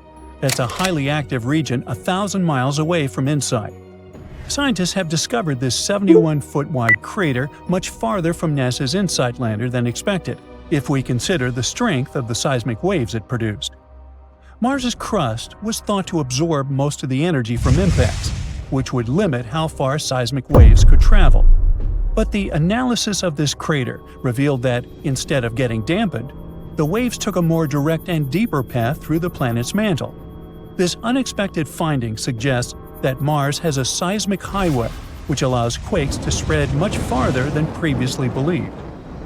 Now, the InSight team will need to reassess their models of Mars' internal composition and structure. And then, we might better understand how impact-generated seismic signals can reach such depths. Manually sorting through the vast amount of data would have taken years. But luckily, these days, there are new tools, and scientists can go from tens of thousands of images to just a few in a matter of days. So, researchers focused on finding craters within approximately 1,800 miles of InSight's location. Their aim was to identify those that formed while the lander's seismometer was active. By comparing before and after images from the context camera over time, they identified 123 fresh craters to cross-reference with InSight's seismic data. Out of those, 49 craters were potential matches for quakes detected by InSight's seismometer. And after conducting some more analysis, the team decided that the 71-foot Cerberus fossae impact crater was the main finding. This discovery is likely to help scientists differentiate between signals from internal quakes and those caused by meteoroid impacts. Initially, they believed that Cerberus fossae produced a lot of high-frequency seismic signals linked to quakes originating inside Mars. But the new data suggests that some of this activity may have been caused by impacts, not internal processes. Another mystery scientists haven't been able to crack for 50 years is why Mars is split into two very different halves. But thanks to recordings of Marsquakes, they may have finally found the answer.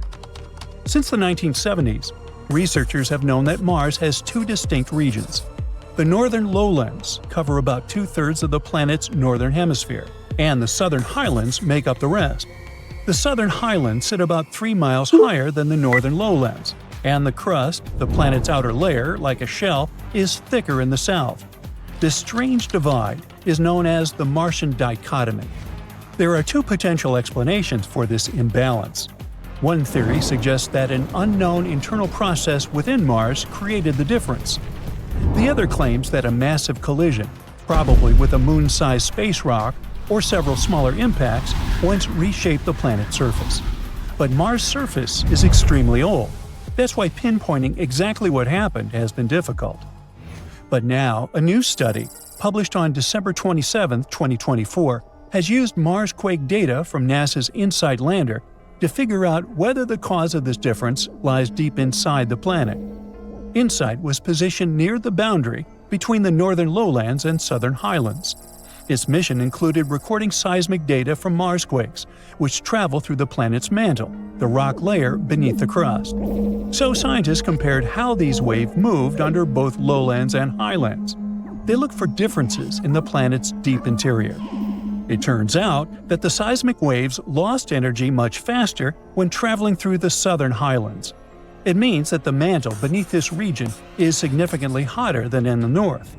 It's compelling evidence that internal planetary forces, rather than an external impact, caused Mars' unusual split.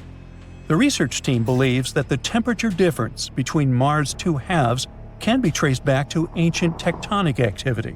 It once shaped the planet, but later stopped. At some point in the past, Mars had moving tectonic plates, like Earth's.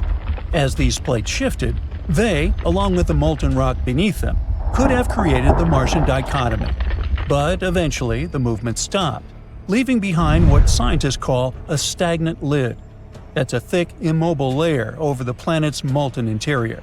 If this turns out to be true, it might mean that the mantle beneath the southern highlands is still pushing upward, while the mantle under the northern lowlands is sinking deeper toward the planet's core.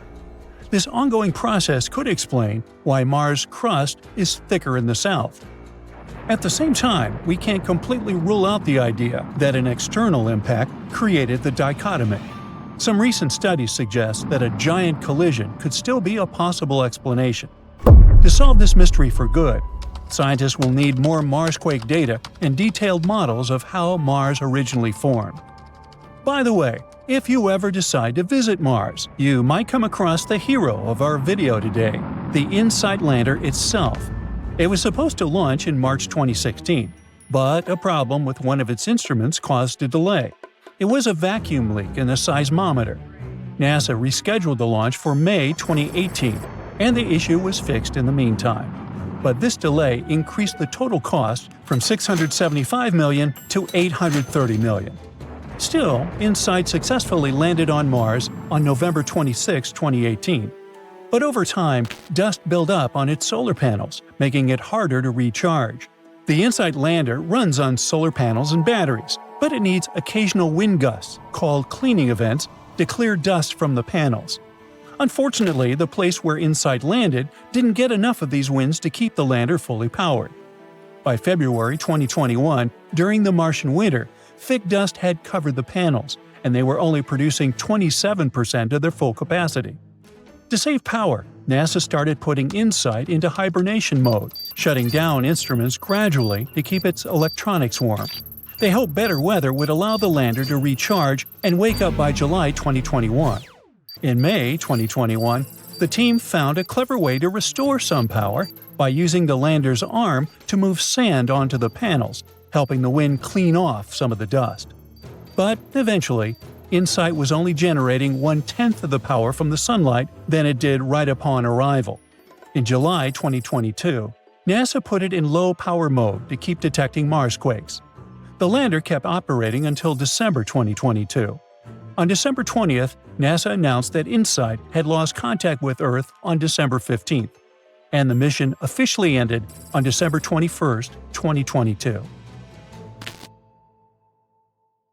That's it for today. So hey, if you pacified your curiosity, then give the video a like and share it with your friends. Or if you want more, just click on these videos and stay on the bright side. No man shall ever find my tomb. That's what, according to rumors, Cleopatra once said. Rumor has it really wasn't about the gender. She wanted no living soul to disturb her, and I think she meant that no human would ever discover the location of her grave. But, surprisingly, it was indeed a woman who was closer than anyone before to finally discovering the Queen's resting place. Meet Kathleen Martinez Berry, a criminal lawyer turned archaeologist. She got so intrigued with Cleopatra's story that she packed her bags and went to Egypt with no official support and even no permission from the authorities. All she had was pure determination to find the Queen's tomb. Now, you could say Kathleen had always been ahead of the game. She skipped grades in school, mastered piano, chess, swimming, and martial arts, and grew up listening to top intellectuals debating in her home. And she even got her law degree at just 19, and archaeology was her side passion. She had never actually been to Egypt, never dug up a single artifact. But her fascination with Cleopatra went all the way back to an argument with her father in 1990. That day, she walked into his library looking for a copy of Antony and Cleopatra by Shakespeare. Her dad, Fausto Martinez, a professor and legal expert, casually called Cleopatra a seductress. Kathleen wasn't having it. She fired back, arguing that history had been totally unfair to Cleopatra. The Romans, she said, wanted to destroy her reputation, and for centuries, people had just believed their version of the story. The debate went on for hours, and in the end, her father admitted maybe he had judged Cleopatra too harshly. That conversation changed everything for Kathleen. From that day on, she read every ancient text she could find, especially Plutarch's account of Cleopatra and Mark Antony. The more she learned, the more convinced she became that Cleopatra wasn't just some queen who fell for the wrong guy. She was a genius, playing a dangerous political game to keep Egypt independent. And the more she read, the more she started thinking, what if everyone had been looking for Cleopatra's tomb in the wrong place? That thought stuck with her. When she was caring for her second child, she earned a master's in archaeology. Multitasking. That reignited an obsession that would take over her life, uncovering the truth about Cleopatra. Even though most experts believe that Cleopatra's tomb, along with the final resting place of 13 other Ptolemaic rulers, lies somewhere beneath modern-day Alexandria, Dr. Martinez has a different idea. She believes Cleopatra was buried at Taposiris Magna, an ancient temple dedicated to Osiris, the Egyptian deity of the afterlife. But she still needed an ancient foundation plate. These plates, about the size of a smartphone, were placed beneath important temple structures and often contained inscriptions explaining when and why the temple was built. If she could find a plate that confirmed the temple was dedicated to Isis, Cleopatra's patron deity, she'd have solid proof that this was the right place to look. Nothing could deter Martinez. She excavated the entire temple site, digging deeper than anyone before her. Her team found coins with Cleopatra's name and face stamped on them. It meant Cleopatra had a direct connection to this site. Then they uncovered something even more interesting: a tunnel used to bring water to people, leading straight from the temple into the Mediterranean Sea. So, if parts of the temple had already sunken into the water, could Cleopatra's tomb be down there too? Martinez needed proof to convince Egyptian authorities to let her search underwater. And, against all odds, she found the missing foundation plate. On it, the pharaoh offered a large area of Nubia to deity Isis. That was it, the confirmation she needed. The temple was indeed dedicated to Isis, proving her theory wasn't just speculation. If one temple was on land, Martinez suspected the second temple, possibly Cleopatra's tomb, had collapsed into the sea. She needed help from experts in underwater archaeology, so she reached out to Robert Ballard, the guy who discovered the Titanic. With support from the Egyptian authorities, she and her team began exploring the waters off the coast of Alexandria. And what they found was mind-blowing. Underwater, they discovered massive stone structures, some standing 6 to 10 feet tall, right where the coastline would have been thousands of years ago. They also found basalt blocks, the same material used in the statues from the first temple. That meant one thing: those weren't just random rocks. They were the remains of a lost city, buried beneath the sea for centuries. Now, we can only wait and see whether Martinez and her team will be able to unravel one of the greatest mysteries of the past left by the outstanding woman that was Cleopatra. Here's some backstory. After her father, Ptolemy VII, passed away, Egypt's throne went to both Ptolemy VIII and Cleopatra, or so it seemed. Cleopatra, just 18 at the time, allegedly married her 10-year-old brother. Yeah, ancient royalty had some different customs, though there's no solid proof of that. But sibling love didn't last long. Young Ptolemy decided he wanted all the power for himself and tried to push Cleopatra out. Forced to flee the country, she didn't just sit around feeling sorry for herself. She raised an army, ready to march back and take what was hers. That's how, at 21, she was already in the Sinai Desert, leading an army and planning her return to the throne. Now, by that time, Cleopatra had already been locked in a powerful political, and not only political, alliance with Julius Caesar. In June 47 BC, she gave birth to a son, Ptolemy Caesar, better known as Caesarion, who, many believe, was Caesar's child. But that didn't stop her from playing by Egyptian royal rules. And her husband number 2, her other brother, Ptolemy XIV. Yep, despite her ongoing affair with Caesar, Cleopatra married yet another sibling, because, in her world, keeping the throne in the family was the name of the game. Now, marriage aside, Cleopatra's bond with Caesar stayed strong. She even traveled to Rome with Ptolemy XIV for a state visit.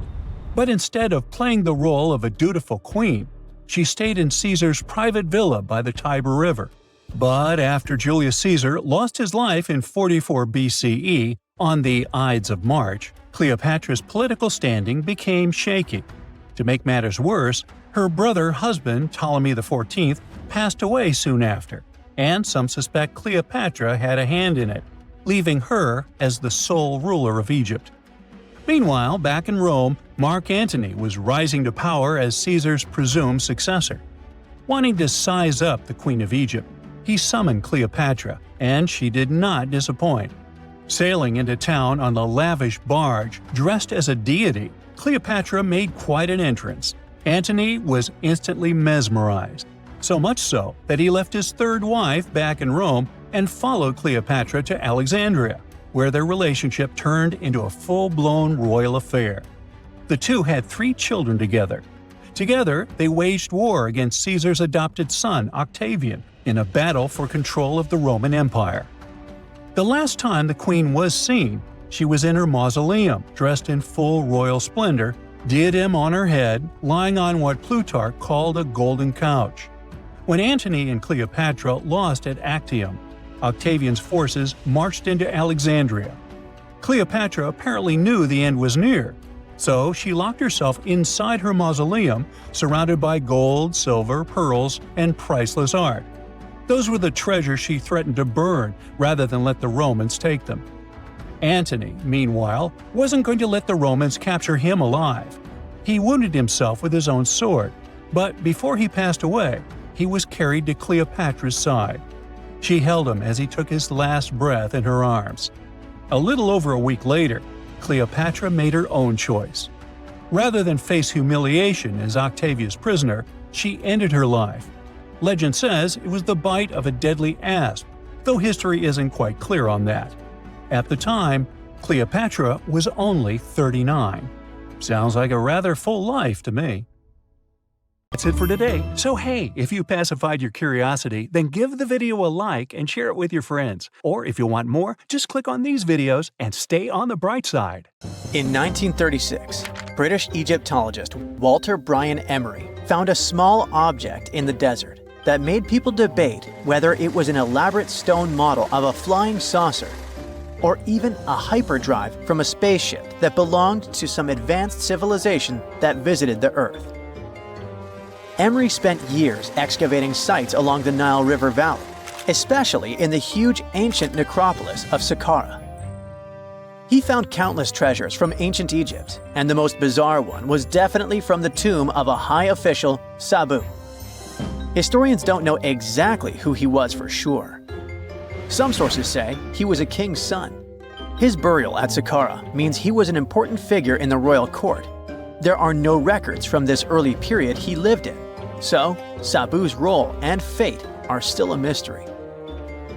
Inside his tomb, scientists found 7 funerary chambers, each filled with traditional grave goods: animal bones, flint tools, pottery, ivory objects, and stone bowls. And then there was a strange, broken artifact that became famous as the Disc of Sabu. It resembles a shallow, round-bottomed bowl, but with 3 delicately carved, curved lobes spaced roughly 120 degrees apart around its perimeter. These lobes are separated by 3 holes, and at the center, there's a thin tube. The material used to build the disc is metasiltstone, or schist. This type of rock is fragile, highly porous, and super difficult to carve. It flakes easily and crumbles under pressure. So how they made the disc out of it with rather simple stone and copper tools from 3000 BCE is still a mystery. The next big question is why they decided to bury Sabu with it. Perhaps if we knew its true purpose, it would make more sense. When it was first discovered, archaeologists thought it was nothing more than a vase, an incense burner, or a ceremonial decoration. But those who took a closer look from the point of view of an engineer decided it could actually be a component of a larger mechanism.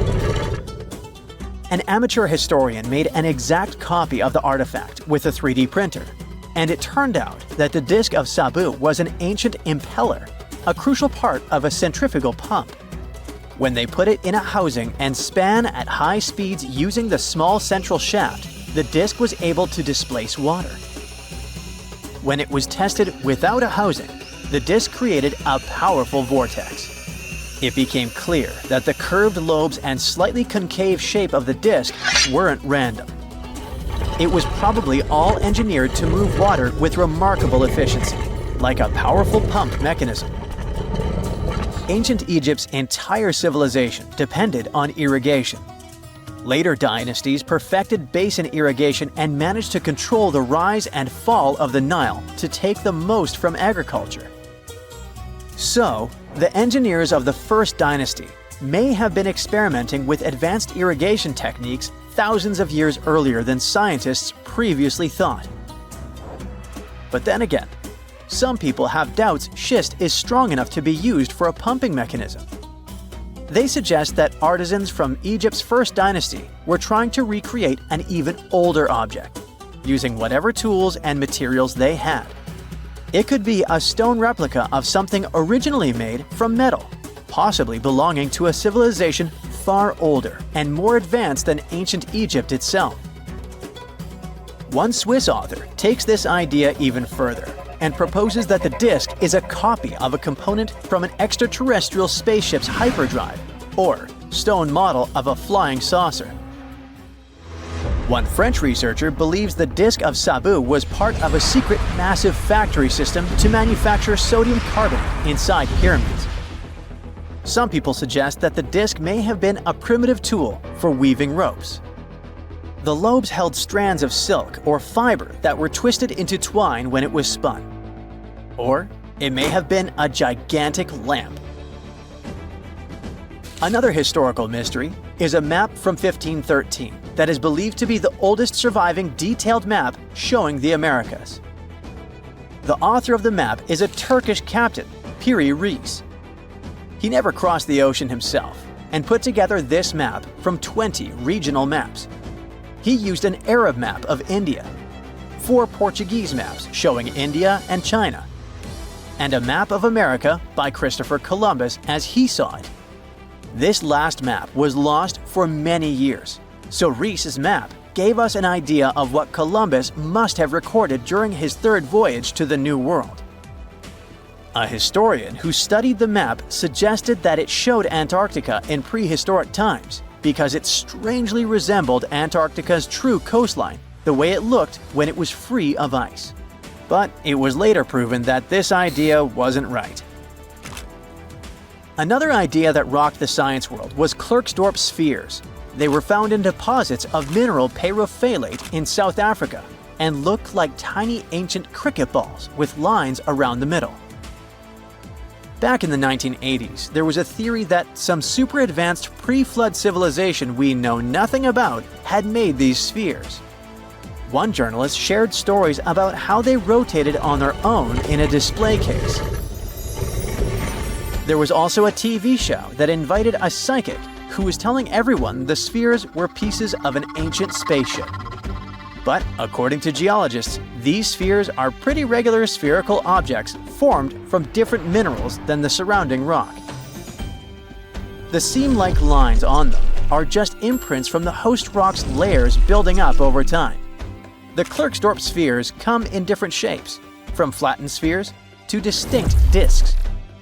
As for that episode when one of these spheres spun on its own, the curator of the Klerksdorp Museum cleared that up too. He said that when he put one sphere on its glass shelf when the journalist came to visit, the sphere rotated a bit because it's round. There are some gold mining activities going on nearby, so the land where the museum stands often experiences earth tremors. In a remote part of China, there are some bizarre pipe-like formations known as the Beigon Pipes. A local explorer found them back in 1996 protruding from Mount Beigon and along the shores of Tosan Lake nearby. Some people thought they were the work of ancient guests from other planets. When scientists tested samples of the pipe material, they found out that they contained mostly common minerals, but there was a mysterious 8% of unknown stuff. Some extra tests showed that these pipes had been there before humans. Chinese geologists later visited the site and suggested that these pipes were formed naturally over time. It was probably fossilized tree roots from the area's super green past. It's still a real mystery with no clear-cut answer. While digging a trench along a river in Romania, workers found a wedge, which is now famous as the aluminum wedge of Ajud, or the object of Ajud. Right next to it, there were some mastodon bones. Those distant relatives of elephants lived 11,000 years ago. So some people concluded the wedge is of the same age. The cool part is that it's made of aluminum, but this metal wasn't discovered until the 1800s. This material requires serious heat to produce. The wedge is said to be covered in a thick layer of oxide that's been sitting there for hundreds of years. Some folks believe this wedge must have crash-landed here on a spacecraft from some other planet.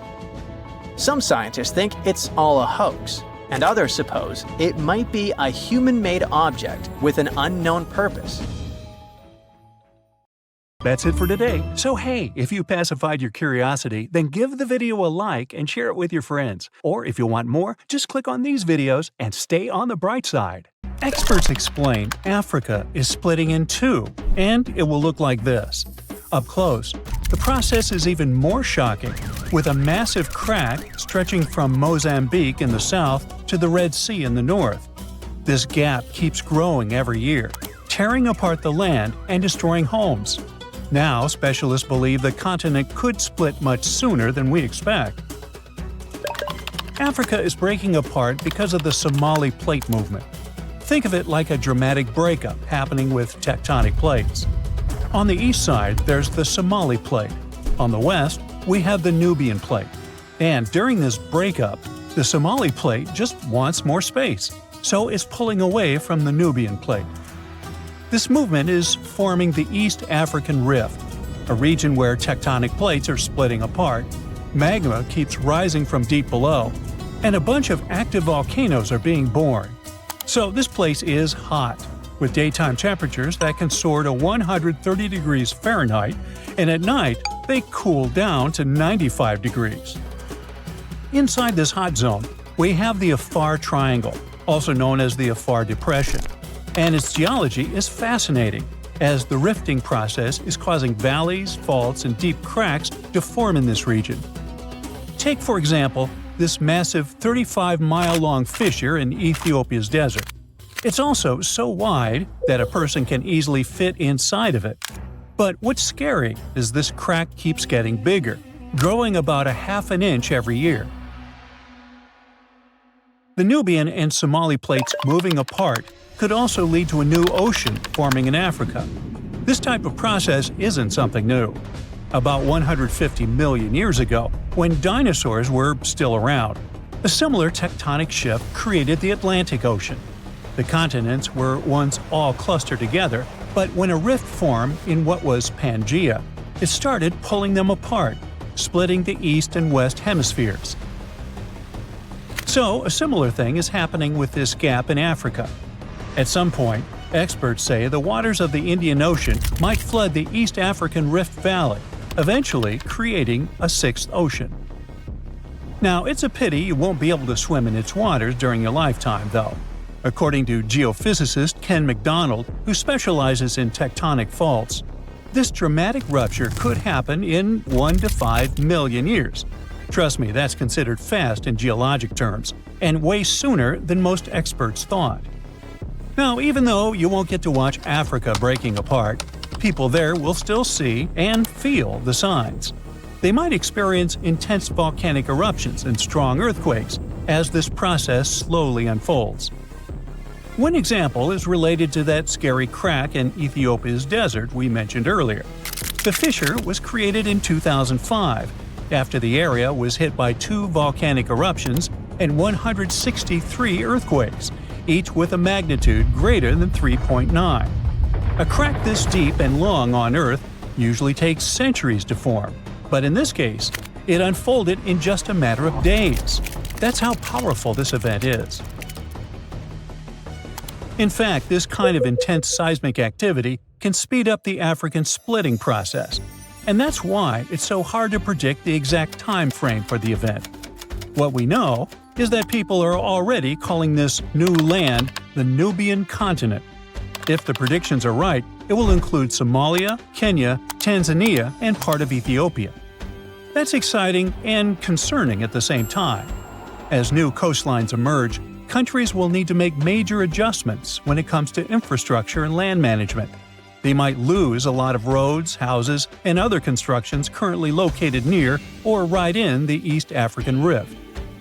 In Kenya, for example, the fissures tore apart a busy road, and authorities desperately tried to fill the gap with rocks and cement. In another case, an old woman was sitting and eating with her family when her house suddenly split down the middle. Recently, earthquakes that happened near Ethiopia's Afar region demolished 37 schools and forced about 5,000 students to leave their classrooms. Unfortunately, stories like this could become more common over the next few years. But there is a positive side to all this. Countries located in the middle of Africa, like Zambia and Uganda, could gain coastlines, and that might be great for them. Having a coast means they would get access to new trade routes, opening fresh economic opportunities. Plus, think about the tourism boom. With all those newly formed paradisical beaches, these countries could become the next big gateway spot for travelers. The local ecosystem in this newly created ocean will change as well, and new marine species may emerge. So let's look. This is the path where the rift is most advanced right now. I mean, we expect this is where Africa will eventually get separated. But things could get a little more complicated. Some time ago, Michael Daly, a geologist at the University of Oxford, suggested that this rift could extend further west. And some new evidence backs up his theory, pointing out that the crack could extend south through Botswana's heartland into South Africa, and west through Namibia, all the way to the Atlantic Ocean. If these fractures widened into deep cracks, the ocean might come in and fill the gaps. Experts say Africa could split so much that it becomes an archipelago. But then again, we won't see that happening. It will take tens of millions of years for this to play out. We already know that Africa is at risk of breaking into a bunch of huge islands or small continents. The news isn't great for Madagascar either, as the world's fourth largest island could end up being split in half. But can the opposite process happen? I mean, can new land appear as the Nubian and Somali plates move apart? Well, as these tectonic plates get away from each other, the magma from the Earth's mantle might rise to the surface, and when it cools, it solidifies into new land.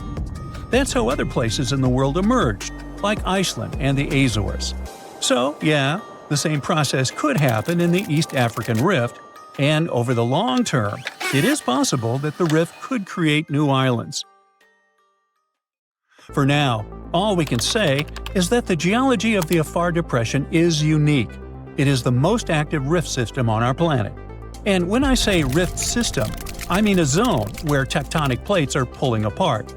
This region brings together all kinds of events, from faults in the Earth's crust to volcanic zones to the potential formation of a sixth ocean. For experts, it's like studying the evolution of rifts up close. And since it is such an active volcanic area, it also has enormous potential for tapping into geothermal energy, that is, using heat from inside the Earth to generate electricity. 2 geothermal power plants are already producing energy in Ethiopia, one in the Ethiopian Rift Valley and the other in the Afar. Now, geologists are exploring new potential spots. When we look at that deep crack in the ground, we know it's caused by tectonic plate movement. There's no mystery there. But what we still don't fully understand is why the cracks happen exactly where they do. For example, a crack that opened up in Botswana appeared after a magnitude 6.5 earthquake back in 2017. But the epicenter wasn't in the rift zone, where the plates are moving like we would expect. Instead, it was farther south. Since it's unusual for a rift to happen without volcanic activity, this fact really challenges our traditional ideas of how continents divide.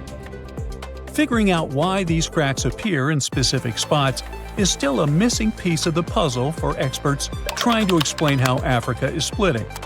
Hopefully, we get some answers before the continent turns into a massive archipelago.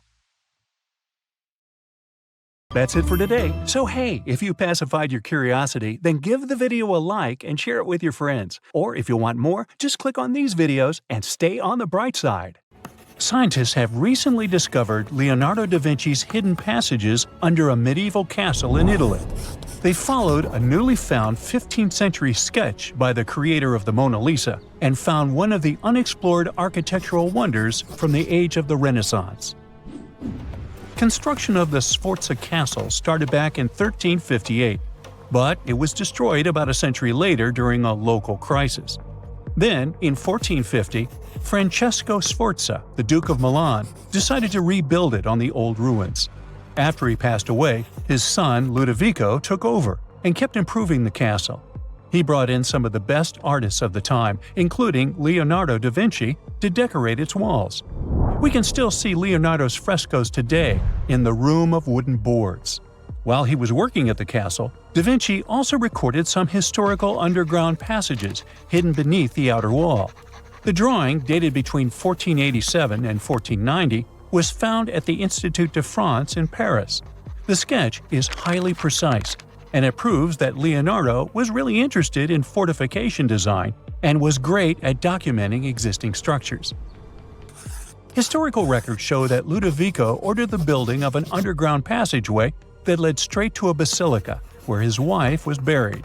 Ludovico married Beatrice in 1491, and they had a happy but tragically short marriage, as Beatrice passed away while giving birth in 1497.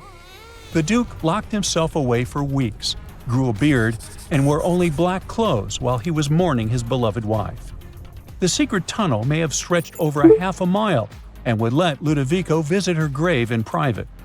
It could have served as an escape route if the castle was ever under siege. The existence of the tunnels remained one of the mysteries of the Renaissance for years, as no one knew for sure they were there. But now, scientists finally uncovered the secret history. They used a combination of ground-penetrating radar and laser scanning to build up an accurate 3D model of all the structures under the castle.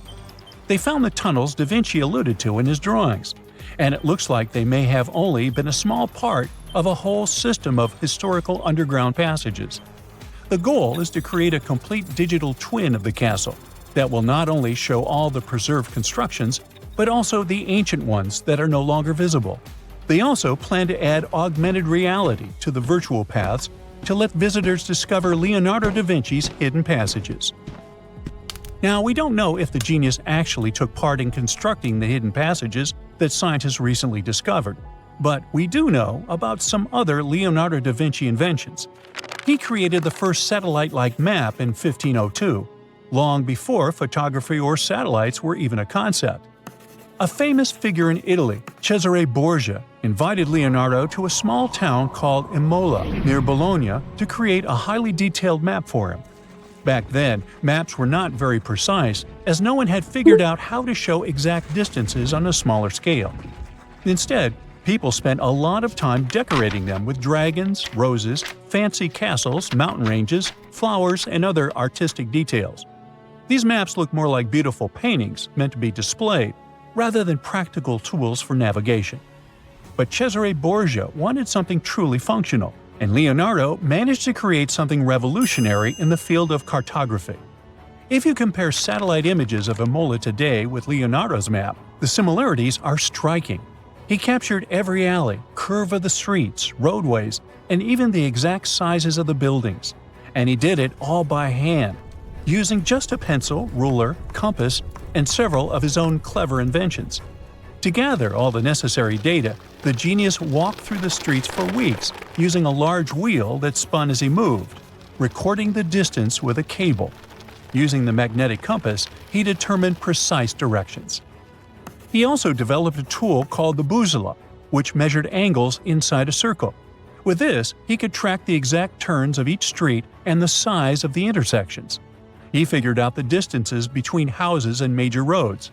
Then, back at home, he used his notes and calculations to draw the map to scale with incredible precision.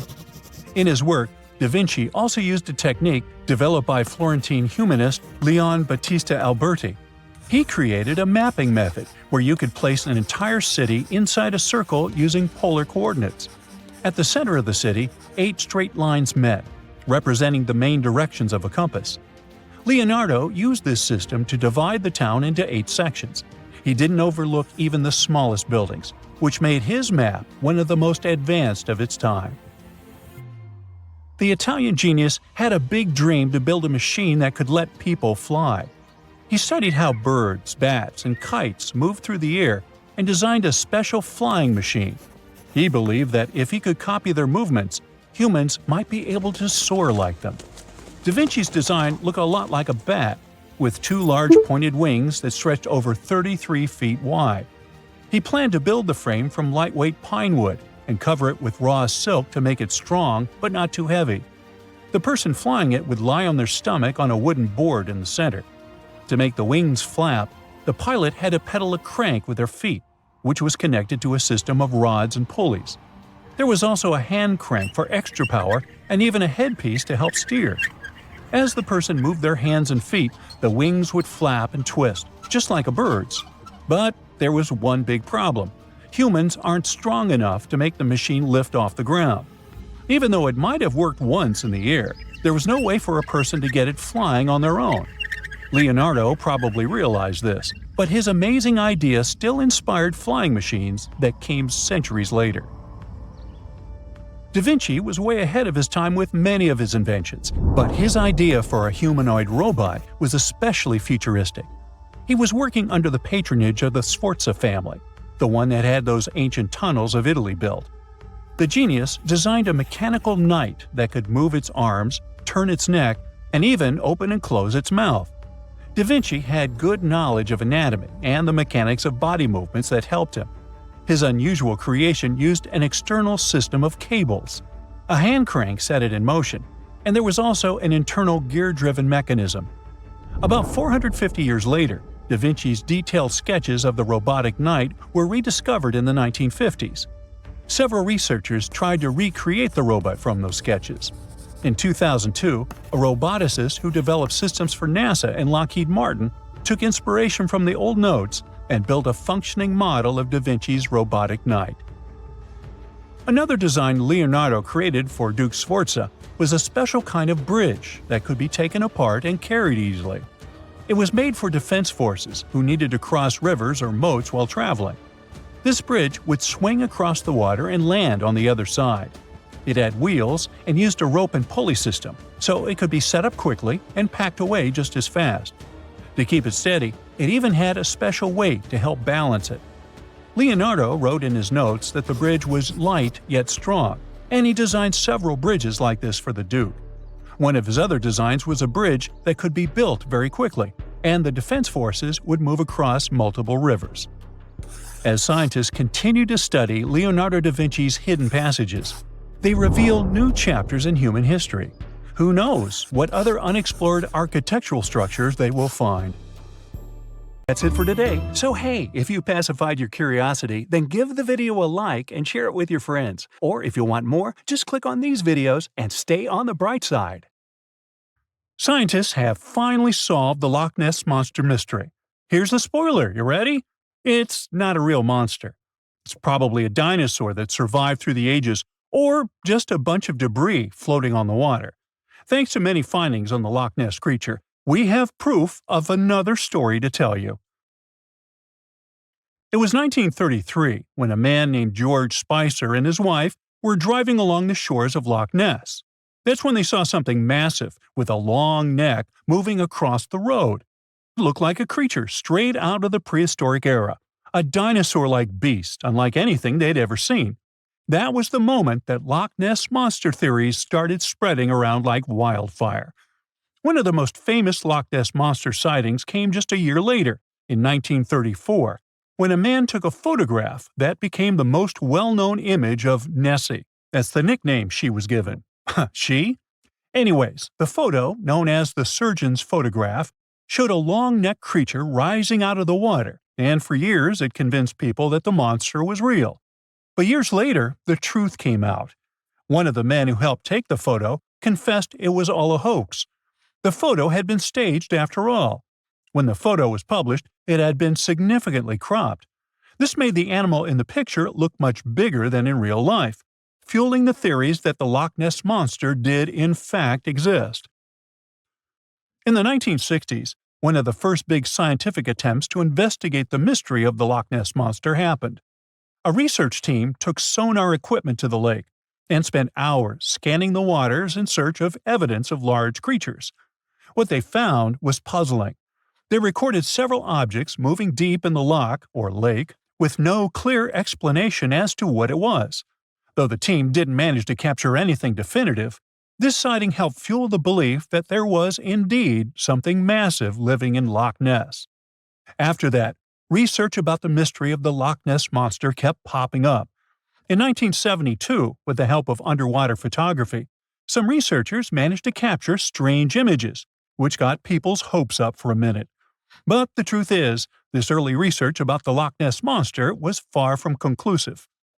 Now, of course, not everyone bought into the mystical, magical theories about the Loch Ness monster. Theory 1, from a professor of zoology at Oxford University, has made it clear that the monster is a biological impossibility. Hey, my pediatrician said that about me, too. Meanwhile, he says that no skeletal remains have ever been found in the region. Plus, no fishermen have ever caught anything resembling the creature in their fishing nets. For him, this works as proof that it simply can't be real. When it comes to the famous photos of the Loch Ness Monster as evidence, well, that's pretty simple. The professor offers a more down-to-earth explanation. He argues that these images are either showing floating debris or birds, like cormorants, which have long necks and often appear to be low in the water. When people refute his suggestion, he takes us back to human psychology and explains that people often make mistakes and misjudge the size of things, especially when they just caught a glimpse of it, and even more so when they are hoping to see something specific. Now, many of those alleged photos depict an animal with a long neck and a small head, which has led some to believe that what they're seeing is a plesiosaur, a giant marine reptile that lived 215 million years ago and disappeared with the dinosaurs. The idea of a plesiosaur surviving all these years is a theory that's been around since the first sightings of the creature. But this researcher isn't buying it. He explains that no plesiosaur fossils have been found in the region dating to anything later than 66 million years ago. The idea of a prehistoric creature still lurking in the waters of Loch Ness just doesn't hold up scientifically. Then there's theory number 2, from a British naturalist who has spent over 50 years investigating the Loch Ness Monster phenomenon. His conclusion is a little less dramatic. He believes that most people who report sightings of long-necked creatures are misidentifying other animals. He suggests people think they are seeing a sea serpent. Reports of sightings from the Loch Ness Monster have been around since the 6th century CE, long before they were distilling Scotch whiskey or other explanations. Early reports of these sea serpents describe large creatures with long snake-like bodies and multiple humps. Some say the creatures were as big as boats, and many swore they saw something swimming in the waters. Many of these early sea serpent sightings may have been misunderstandings or exaggerations of normal animals in the loch, like large fish or even swimming birds. They could have been large eels, which are known to live in Loch Ness. These eels, especially when they're moving, might have given the impression of a long, undulating creature in the water. People who saw these eels from a distance, particularly in low light or misty conditions, might have mistaken them for something much more mysterious. Theory number 3 says something else. Nessie is just a series of standing waves. These happen when two boat wakes move in opposite directions, creating a big hump in the water that could look like a creature from a distance. Loch Ness enthusiasts even showed how it works, with footage from Fort Augustus, where a river meets Loch Ness.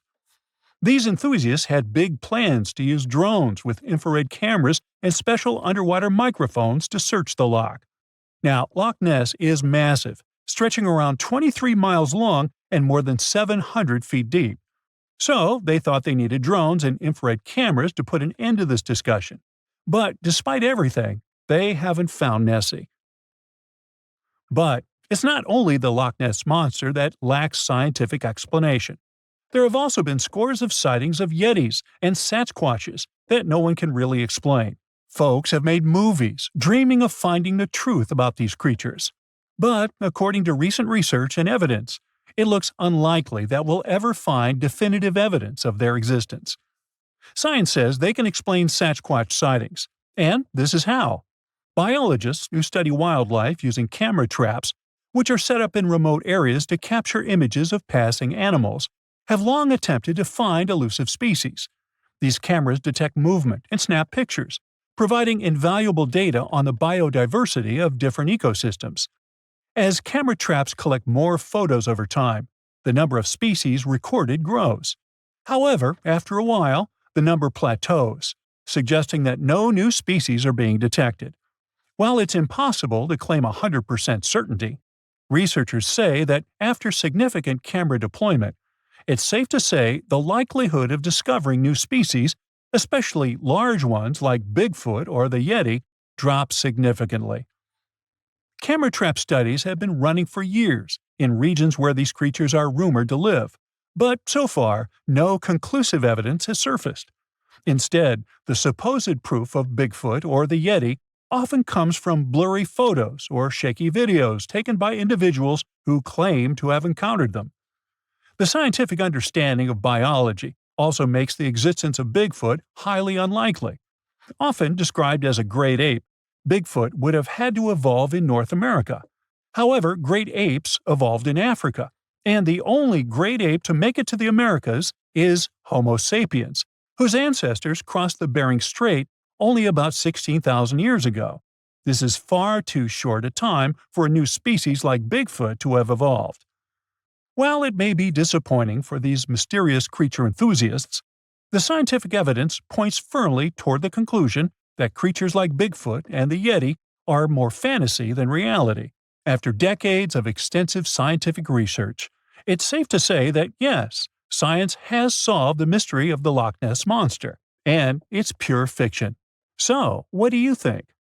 That's it for today. So hey, if you pacified your curiosity, then give the video a like and share it with your friends. Or if you want more, just click on these videos and stay on the bright side.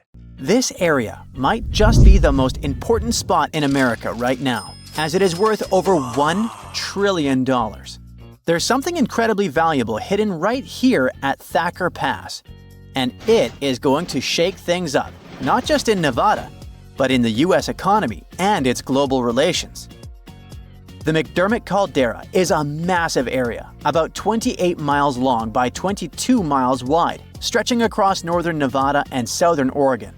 It's in Humboldt County, a quiet, rural place with just one main city that's going to change a lot in the next 5 to 10 years.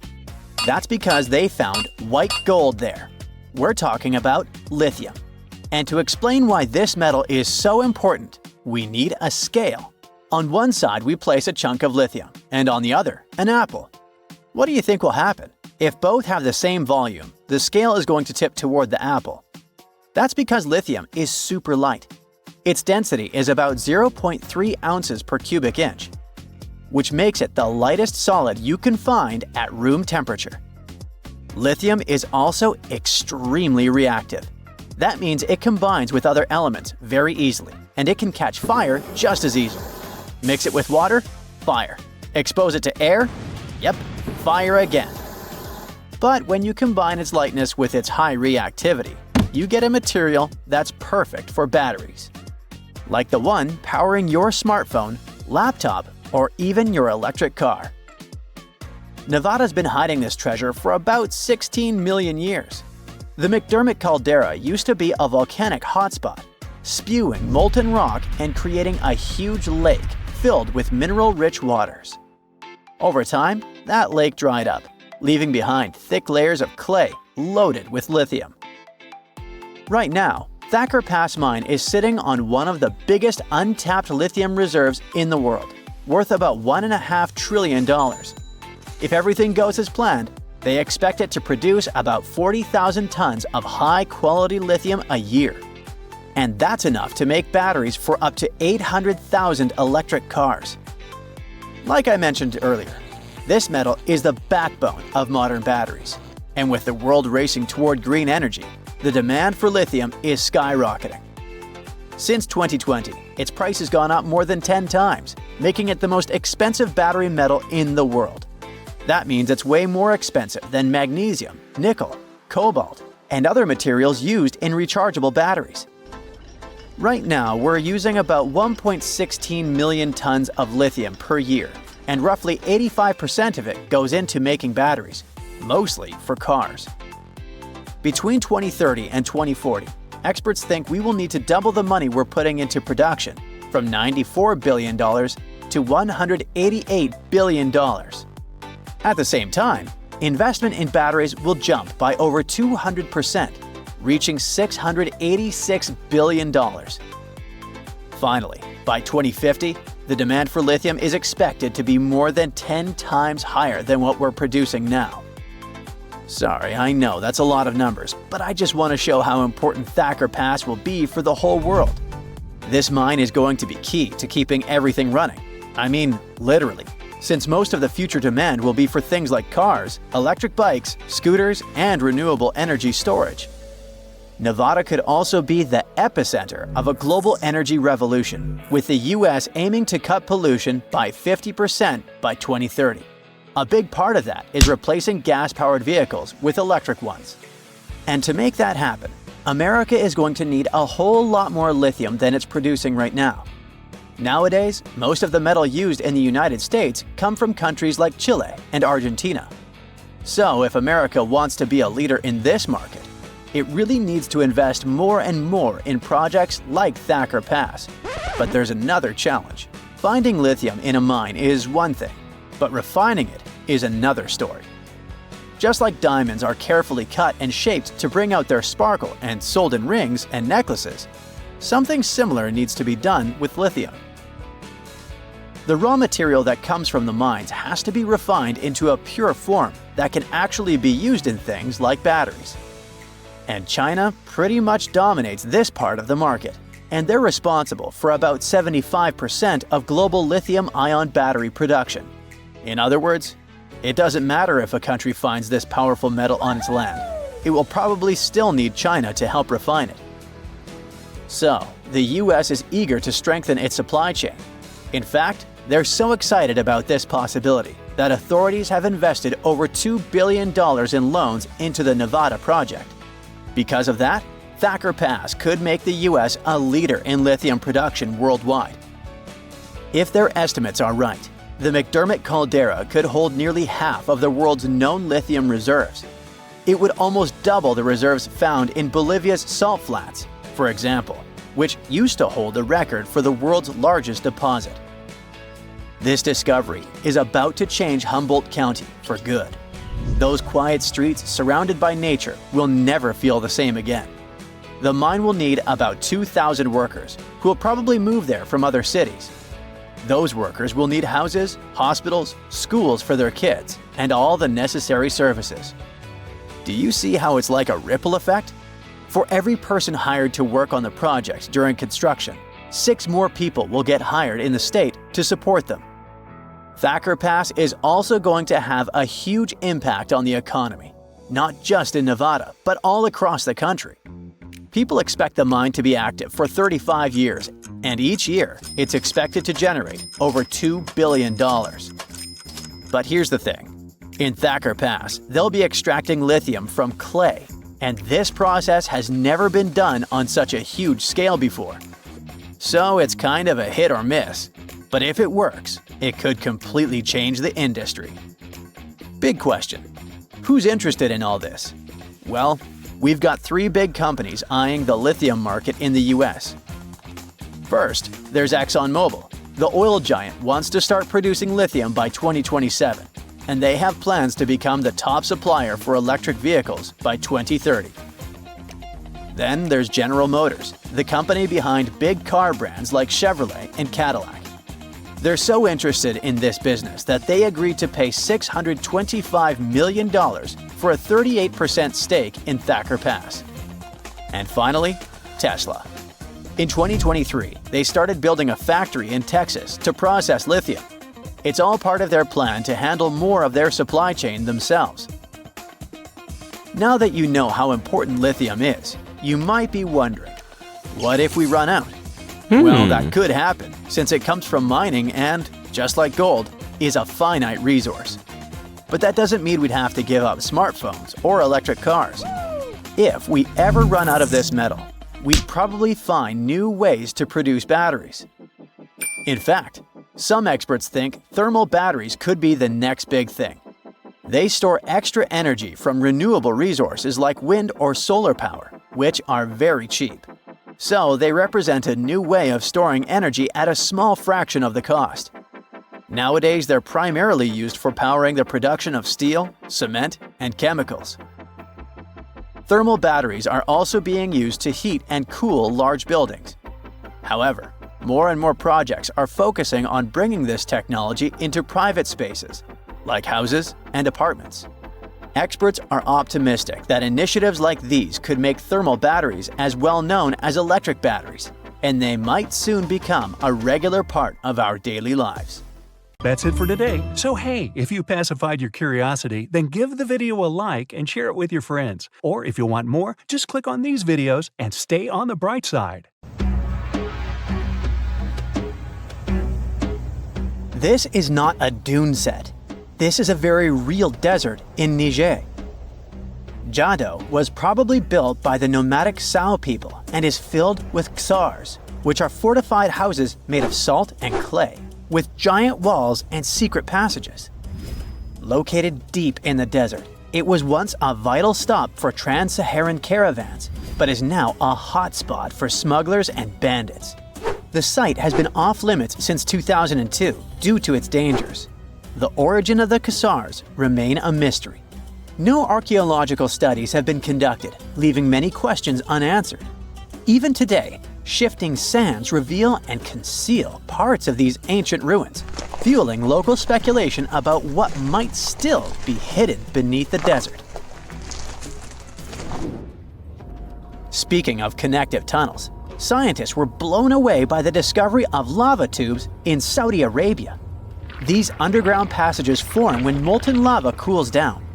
Researchers believe that ancient nomadic groups may have utilized these tunnels to survive the super harsh desert climates. While excavating the tunnels, archaeologists uncovered artifacts, rock art, and skeletal remains. The art and animal bones show that the people who used the tunnels were probably sheep and goat herders.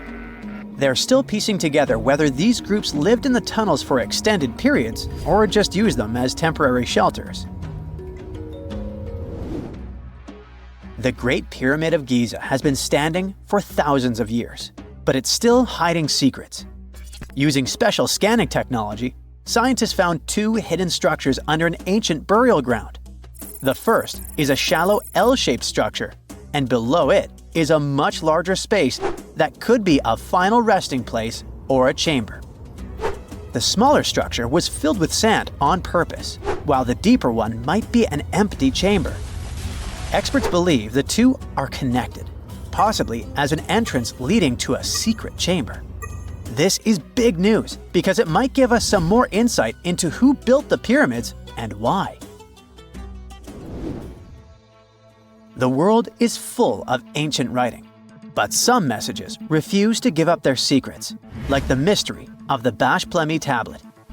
This unusual stone, pulled from a lake in Georgia, is covered in symbols no one can read. Even with modern technology, experts are completely stumped. The tablet is about the size of a book, with 60 symbols carefully carved into its surface, but 39 of them don't match any known language. Some resemble scripts from ancient civilizations in the Middle East, India, and Egypt, but none are an exact match. To make things even trickier, part of the tablet is broken off, meaning a piece of the puzzle is missing forever.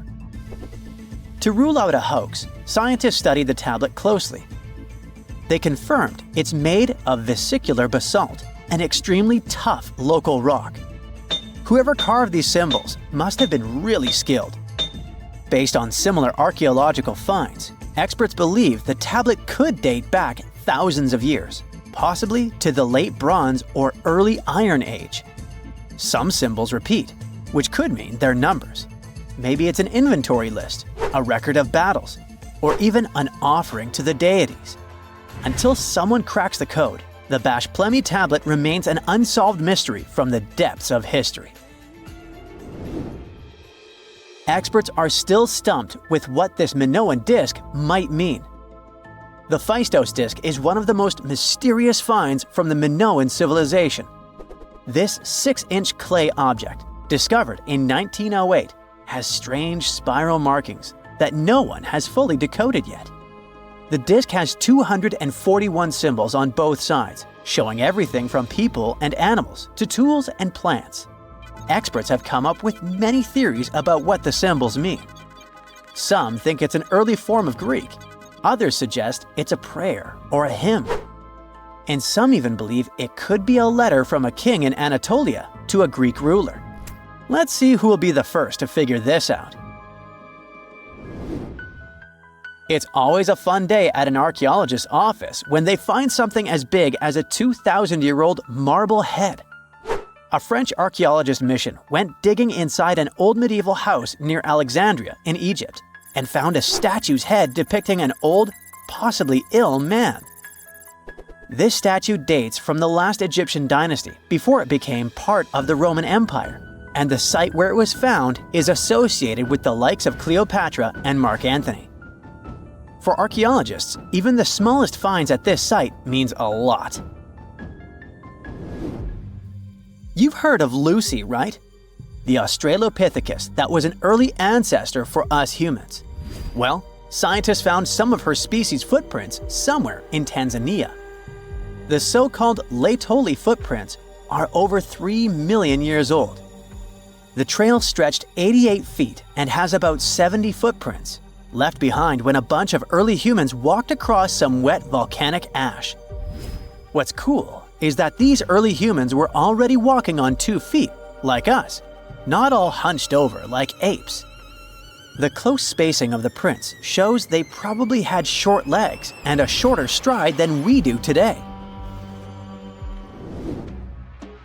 In an ancient Egyptian temple, archaeologists uncovered a shrine unlike any other, a place dedicated to falcons and 2 mysterious deities.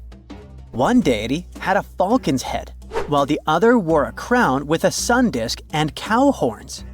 But the most baffling discovery was an inscription that read, "It is improper to boil a head in here." At the heart of the shrine, there are 15 headless falcons carefully arranged on a pedestal, likely as offerings to the falcon-headed deity. One theory suggests the birds were boiled first, perhaps to pluck their feathers, before being placed in the shrine, following the strange rule carved into stone. Archaeologists also found a 13-inch iron harpoon nearby. Its true purpose remains unknown, although the shrine also held remains of fish, mammals, and bird eggs, suggesting that the rituals may have included feasting. And speaking of ancient Egypt, meet Hathor. Scientists named her after the ancient Egyptian deity of motherhood, music, and singing. This wooden statue, housed at the Metropolitan Museum of Art, was thought to be just a beautiful artifact, until a surprising secret was uncovered. Using an X-ray machine, experts found a mechanical operating system inside it, with pulleys and axles connecting her shoulder to her left leg. When activated, the system made her hand raise and lower, an engineering marvel from over 3,000 years ago. The statue was created during Egypt's Middle Kingdom, around 1800 BCE, and is often compared to 19th century automata due to its advanced design. It's believed the statue was used in religious ceremonies, symbolizing Hathor's role in dance and music. An unexpected discovery happened in northern Kuwait, where a Kuwaiti-Polish team uncovered a mysterious 7,500-year-old statue. The statue features an elongated skull, no mouth, narrow eyes, and a flattened nose. This feature is thought to be an Ophidian figurine, named after the Greek word for snake, and it was likely made by the Ubaid culture, a civilization known for their pottery skills. While no one knows exactly what role this weird statue played, it might have been linked to rituals or symbolic practices. Some scientists think these figurines, found in homes or final resting places, were tied to important cultural beliefs. We couldn't mention unresolved mysteries of this world without speaking about these elongated skulls. In the deserts of Peru, researchers uncovered 5 ancient skeletons, 2 with unnaturally elongated skulls. While head shaping was common in many cultures, these skulls defy explanation. Local legends tell tales of the so-called gentiles, a mysterious race banished underground by the powerful deities. Some say this is what the skulls represent. Others think this is some type of genetic anomaly, which was confirmed after finding an infant skull, too large to be artificially shaped. that's it for today. So hey, if you pacified your curiosity, then give the video a like and share it with your friends. Or if you want more, just click on these videos and stay on the bright side. Scientists discovered the largest water reservoir in the Oregon Cascades. It's hiding underground, holding more than twice the water volume of Lake Mead. Let me specify. It contains at least 19.4 cubic miles of water, which is almost 162 trillion bottles of water. If you drank one bottle a day, it would take you around 444 billion years to finish your stock. No wonder this underground aquifer discovery is so awesome. The Cascade Mountain Range, which contains the largest aquifer on Earth, stretches about 700 miles from Northern California to British Columbia. The high Cascades in Oregon have younger volcanic rocks, around 8 million years old. The Western Cascades are much older, 45 million years. They boast deep canyons and valleys. Scientists study the transition zone between these two areas to understand how water moved through volcanic rock and how volcanic processes had evolved over time. In the process, researchers measured rock temperatures at different depths. That's when the underground aquifer discovery happened. Normally, deeper rocks should be hotter because it's closer to the Earth's interior. But, to everyone's surprise, in several areas, the temperature stayed the same even at greater depths. Well, this was a strong clue that water was flowing through the rock and cooling it down. In other words, the Cascades function like a natural water tower, storing and slowly releasing water into rivers and streams. These geological water findings are important for two main reasons. First, it's our potential water source for the future. Such a massive amount of water stored underground could be an important resource. So far, we don't know how long it will remain in its current state and how resilient it's going to be to changes. So, we need more research to properly manage its use. Secondly, it affects volcanic activity. When water seeps deep underground and reaches magma, it instantly turns into steam, creating extreme pressure that can trigger explosive volcanic eruptions. Understanding how much water is stored in volcanic rock could help predict future eruptions and the risks they pose. Now, even though this discovery is exciting, there are still many unanswered questions. Like, how does this water move through the volcanic rock? Or how much of it is actually usable as a water resource? Since this underground reservoir depends on rain and snow, a series of dry years could cause big problems for both water supply and volcanic stability.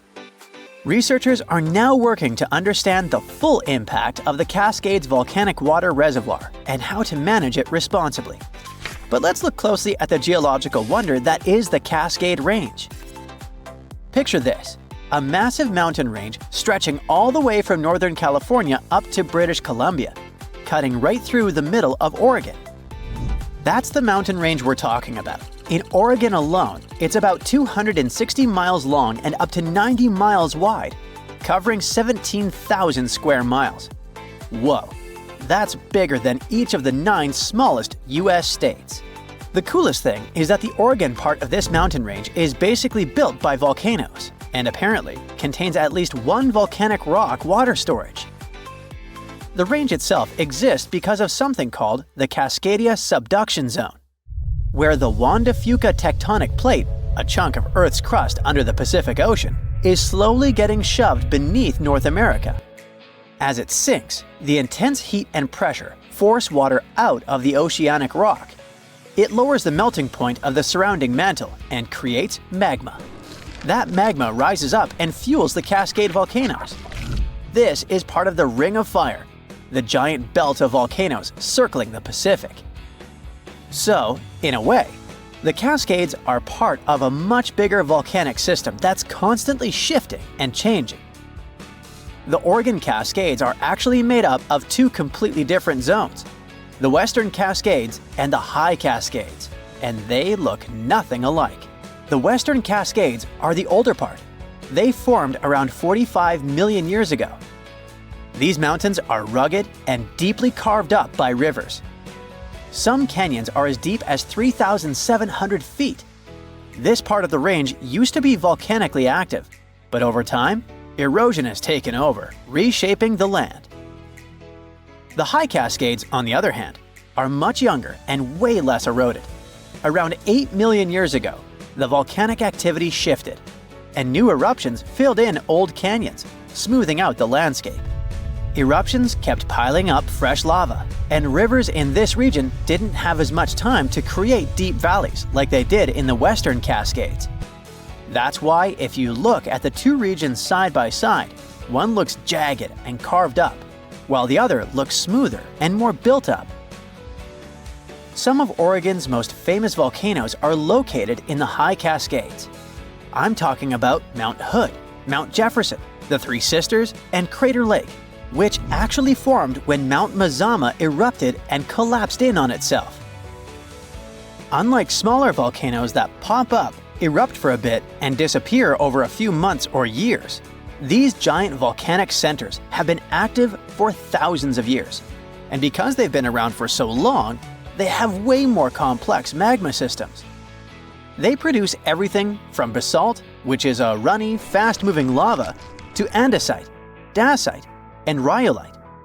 And rhyolite is the type of magma that leads to huge explosive eruptions. So, while some of these volcanoes might just ooze lava, others have the potential for devastating blasts.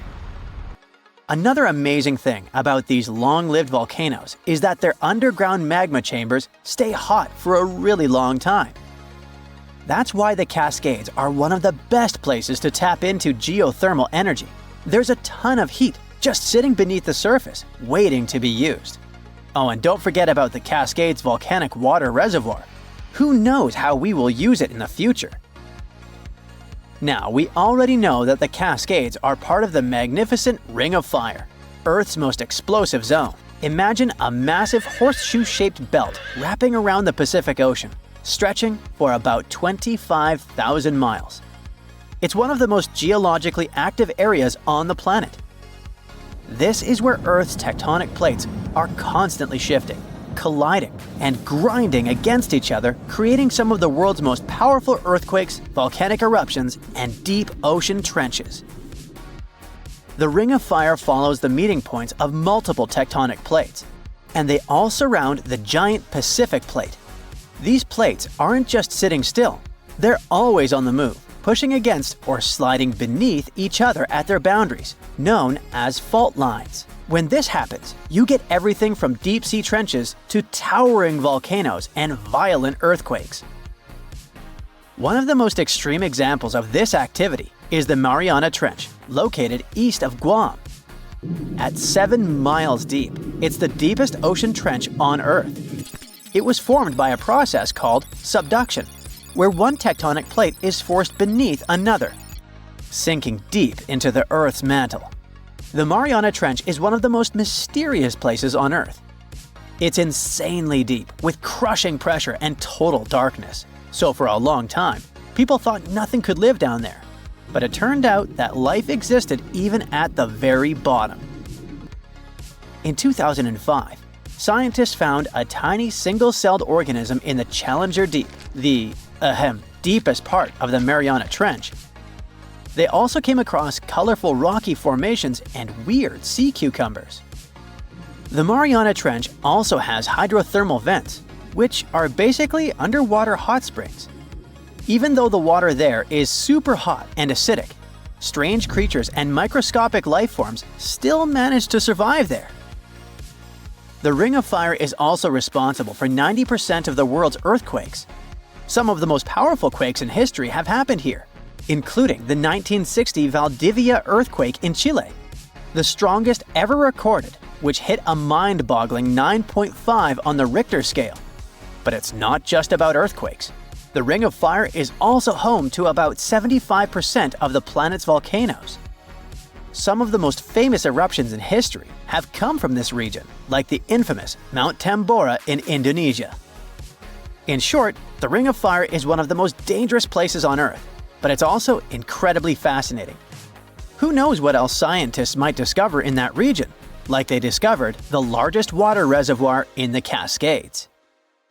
That's it for today. So hey, if you pacified your curiosity, then give the video a like and share it with your friends. Or if you want more, just click on these videos and stay on the bright side. Oh boy, scientists predict a volcanic eruption that is likely to be one of the most destructive in the history of our species. There's a 1 in 6 chance of it happening in this century, and it could seriously change the climate even more and put millions of lives in danger. Back in January 2022, the Hunga Tonga Hunga Ha'apai volcano erupted in the South Pacific Ocean, creating a huge explosion. It sent tsunamis all the way to Japan, North America, and South America. Tonga itself was hit hard, with damage costing nearly 20% of the country's entire economy. Now, researchers at the Niels Bohr Institute in Copenhagen have studied ice samples from Greenland and Antarctica, and their findings are worrying, predicting potential global volcanic disaster. They say there's a real chance of a much bigger eruption, a whopping 10 to 100 times larger than Tonga's. In the past, eruptions this size used to change the climate and even cause civilizations to collapse. Despite future volcanic eruption risks, experts say the world isn't prepared at all. Michael Cassidy, a volcanologist from the University of Birmingham, warns that no sufficient effort is made to handle a disaster like this. He says that NASA and other space agencies spend billions on asteroid defense. At the same time, a volcanic supereruption is way more likely than an asteroid impact. And right now, there's no global plan for dealing with a massive eruption, even though it's likely to be far more destructive. The last magnitude 7 eruption happened in 1815 at Mount Tambora in Indonesia. Then, thousands of people lost their lives in just a few days. The disaster also disrupted weather and caused food shortages worldwide, affecting millions. That eruption was the biggest in recorded history. It blasted a massive cloud of particles into the sky. Those particles blocked sunlight, cooled the planet, and caused worldwide chaos. The year after the eruption became known as the Year Without a Summer. Temperatures plummeted, crops failed, famine spread, and a cholera pandemic broke out, leading to tens of thousands of lost lives. A shocking fact, the eruption may have even inspired Mary Shelley to write Frankenstein while stuck indoors during the unusually cold summer of 1816 in Switzerland. Now since then, many volcanoes have erupted, but none have matched Tambora's scale. Now, over 200 years later, scientists warn that there's a new supervolcano threat. Another massive eruption could be on the way, and the world might not be ready for it. So, while scientists seriously discuss the likelihood of the next volcanic eruption, experts are calling for urgent action to prepare before it's too late. So, the thing is, a massive volcanic eruption today could be even more devastating than the Year Without a Summer. Unlike back then, we're already dealing with all kinds of weather changes and a more fragile global system, which could make the effects even worse. Dr. Michael Rampino, a geological scientist, warns that the world is more unstable now, and it means that a modern-day mega-eruption could have even more severe consequences. But this time, greenhouse gases from fossil fuels may make the aftermath of such an eruption even colder instead of warmer. So we're talking about volcanic activity endangering humanity. Dr. Thomas Aubrey, a volcanologist, found that in a hotter, more turbulent atmosphere, the sulfur dioxide gas released by a volcanic eruption would spread faster and farther than in the past. This gas forms sulfate aerosols, which reflect sunlight and cause global cooling. Because these tiny particles would be more evenly distributed, they'd have a stronger cooling effect than in 1815. Another atmospheric scientist at Cambridge explains that the size of these airborne particles matters. It affects how they absorb sunlight, and in a future warmer climate, an eruption could make the surface cooling stronger by 15%. At the same time, there are still many unknowns. Scientists from the University of Geneva say that we're only beginning to understand the full impacts of such an event. It's also difficult to precisely estimate future volcanic eruption risks, since we have very little data on older eruptions. So, to understand past volcanic activity, researchers analyze ice cores from Greenland and Antarctica, as well as ancient tree rings. Those act as historical records of weather changes. These measurements suggest that several eruptions in the past few thousand years temporarily cooled the planet by about 2 to 2.5 degrees Fahrenheit. One of the most catastrophic examples is the 1257 Somalis eruption in Indonesia, which was so powerful that it likely triggered the Little Ice Age. It was a period of global cooling that lasted for hundreds of years. More recently, the 1991 Mount Pinatubo eruption in the Philippines slightly cooled Earth for a few years. Because this eruption happened in the satellite era, scientists were able to measure exactly how much sulfur dioxide was released and how it affected the atmosphere. But even with modern tools like satellites and seismic instruments, scientists still have difficult times forecasting the next big volcanic eruption. Luckily, even though we can't predict the exact timing, we can study worst-case scenarios to help authorities prepare. This includes creating evacuation plans and stockpiling food in case of global crop failures caused by volcanic cooling. The changes in weather patterns might make volcanoes more active. Melting glaciers can reduce pressure on underground magma, which will increase the chances of an eruption. Plus, more extreme rainfall, which is becoming more and more common, can seep into volcanic cracks and cause powerful steam-driven explosions. It can affect both active and dormant volcanoes. Because of these risks, researchers are now mapping volcanoes that are the most vulnerable to climate change. Their studies show that the highest supervolcano threat comes from such areas as Iceland, Chile, and Indonesia. Those are places where glaciers are melting quickly or rainfall is increasing dramatically. A 2022 study found that 716 volcanoes worldwide, that's about 58% of all known active above-ground volcanoes, could be triggered by extreme rainfall, increasing the likelihood of another mini ice age. Now let's get back to that Hunga Tonga Hunga Ha'apai eruption that occurred on January 15, 2022. Scientists have confirmed that it created the highest plume ever recorded. The volcano, located underwater in the South Pacific, sent an ash cloud 187,000 feet high. That's higher than any previously recorded eruption. What makes this eruption even more remarkable is that it was the first to ever reach the mesosphere. It's the third layer of Earth's atmosphere. The mesosphere begins at about 160,000 feet above Earth, where meteors start burning up and creating shooting stars. To measure the plume's height, researchers from the University of Oxford and RAL Space used data from 3 geostationary weather satellites. Before this, the record for the highest volcanic plume was held by Mount Pinatubo's 1991 eruption in the Philippines, which reached 131,000 feet high. Interestingly, this kind of measurement was only possible thanks to modern satellite technology, and a decade ago, no one would have been able to do this. Another volcano we should mention in relation to a potential global volcanic disaster is located on Iceland's Reykjanes Peninsula. Its latest eruption happened in November of 2024, leading to evacuations in nearby areas. The eruption began just after 11 p.m. with little warning. The volcano released orange lava from a nearly 2-mile-long fissure. Authorities ordered evacuations for about 50 homes and guests staying at the Blue Lagoon Spa Resort, a popular tourist destination southwest of Reykjavik. While air travel was not affected, officials still warned of potentially dangerous gas emissions spreading across parts of the peninsula, including the nearby town of Grindavik. Grindavik, home to 3,800 residents, has repeatedly witnessed volcanic activity, and past eruptions even damaged its infrastructure and forced evacuations. For example, in August 2024, a 2.5-mile-long crack opened at the Sunthun Kangigar crater near Grindavik. It led authorities declaring a state of emergency as lava flowed in multiple directions. Fortunately, Iceland's meteorological office reported that the latest eruption was significantly smaller than the one in August.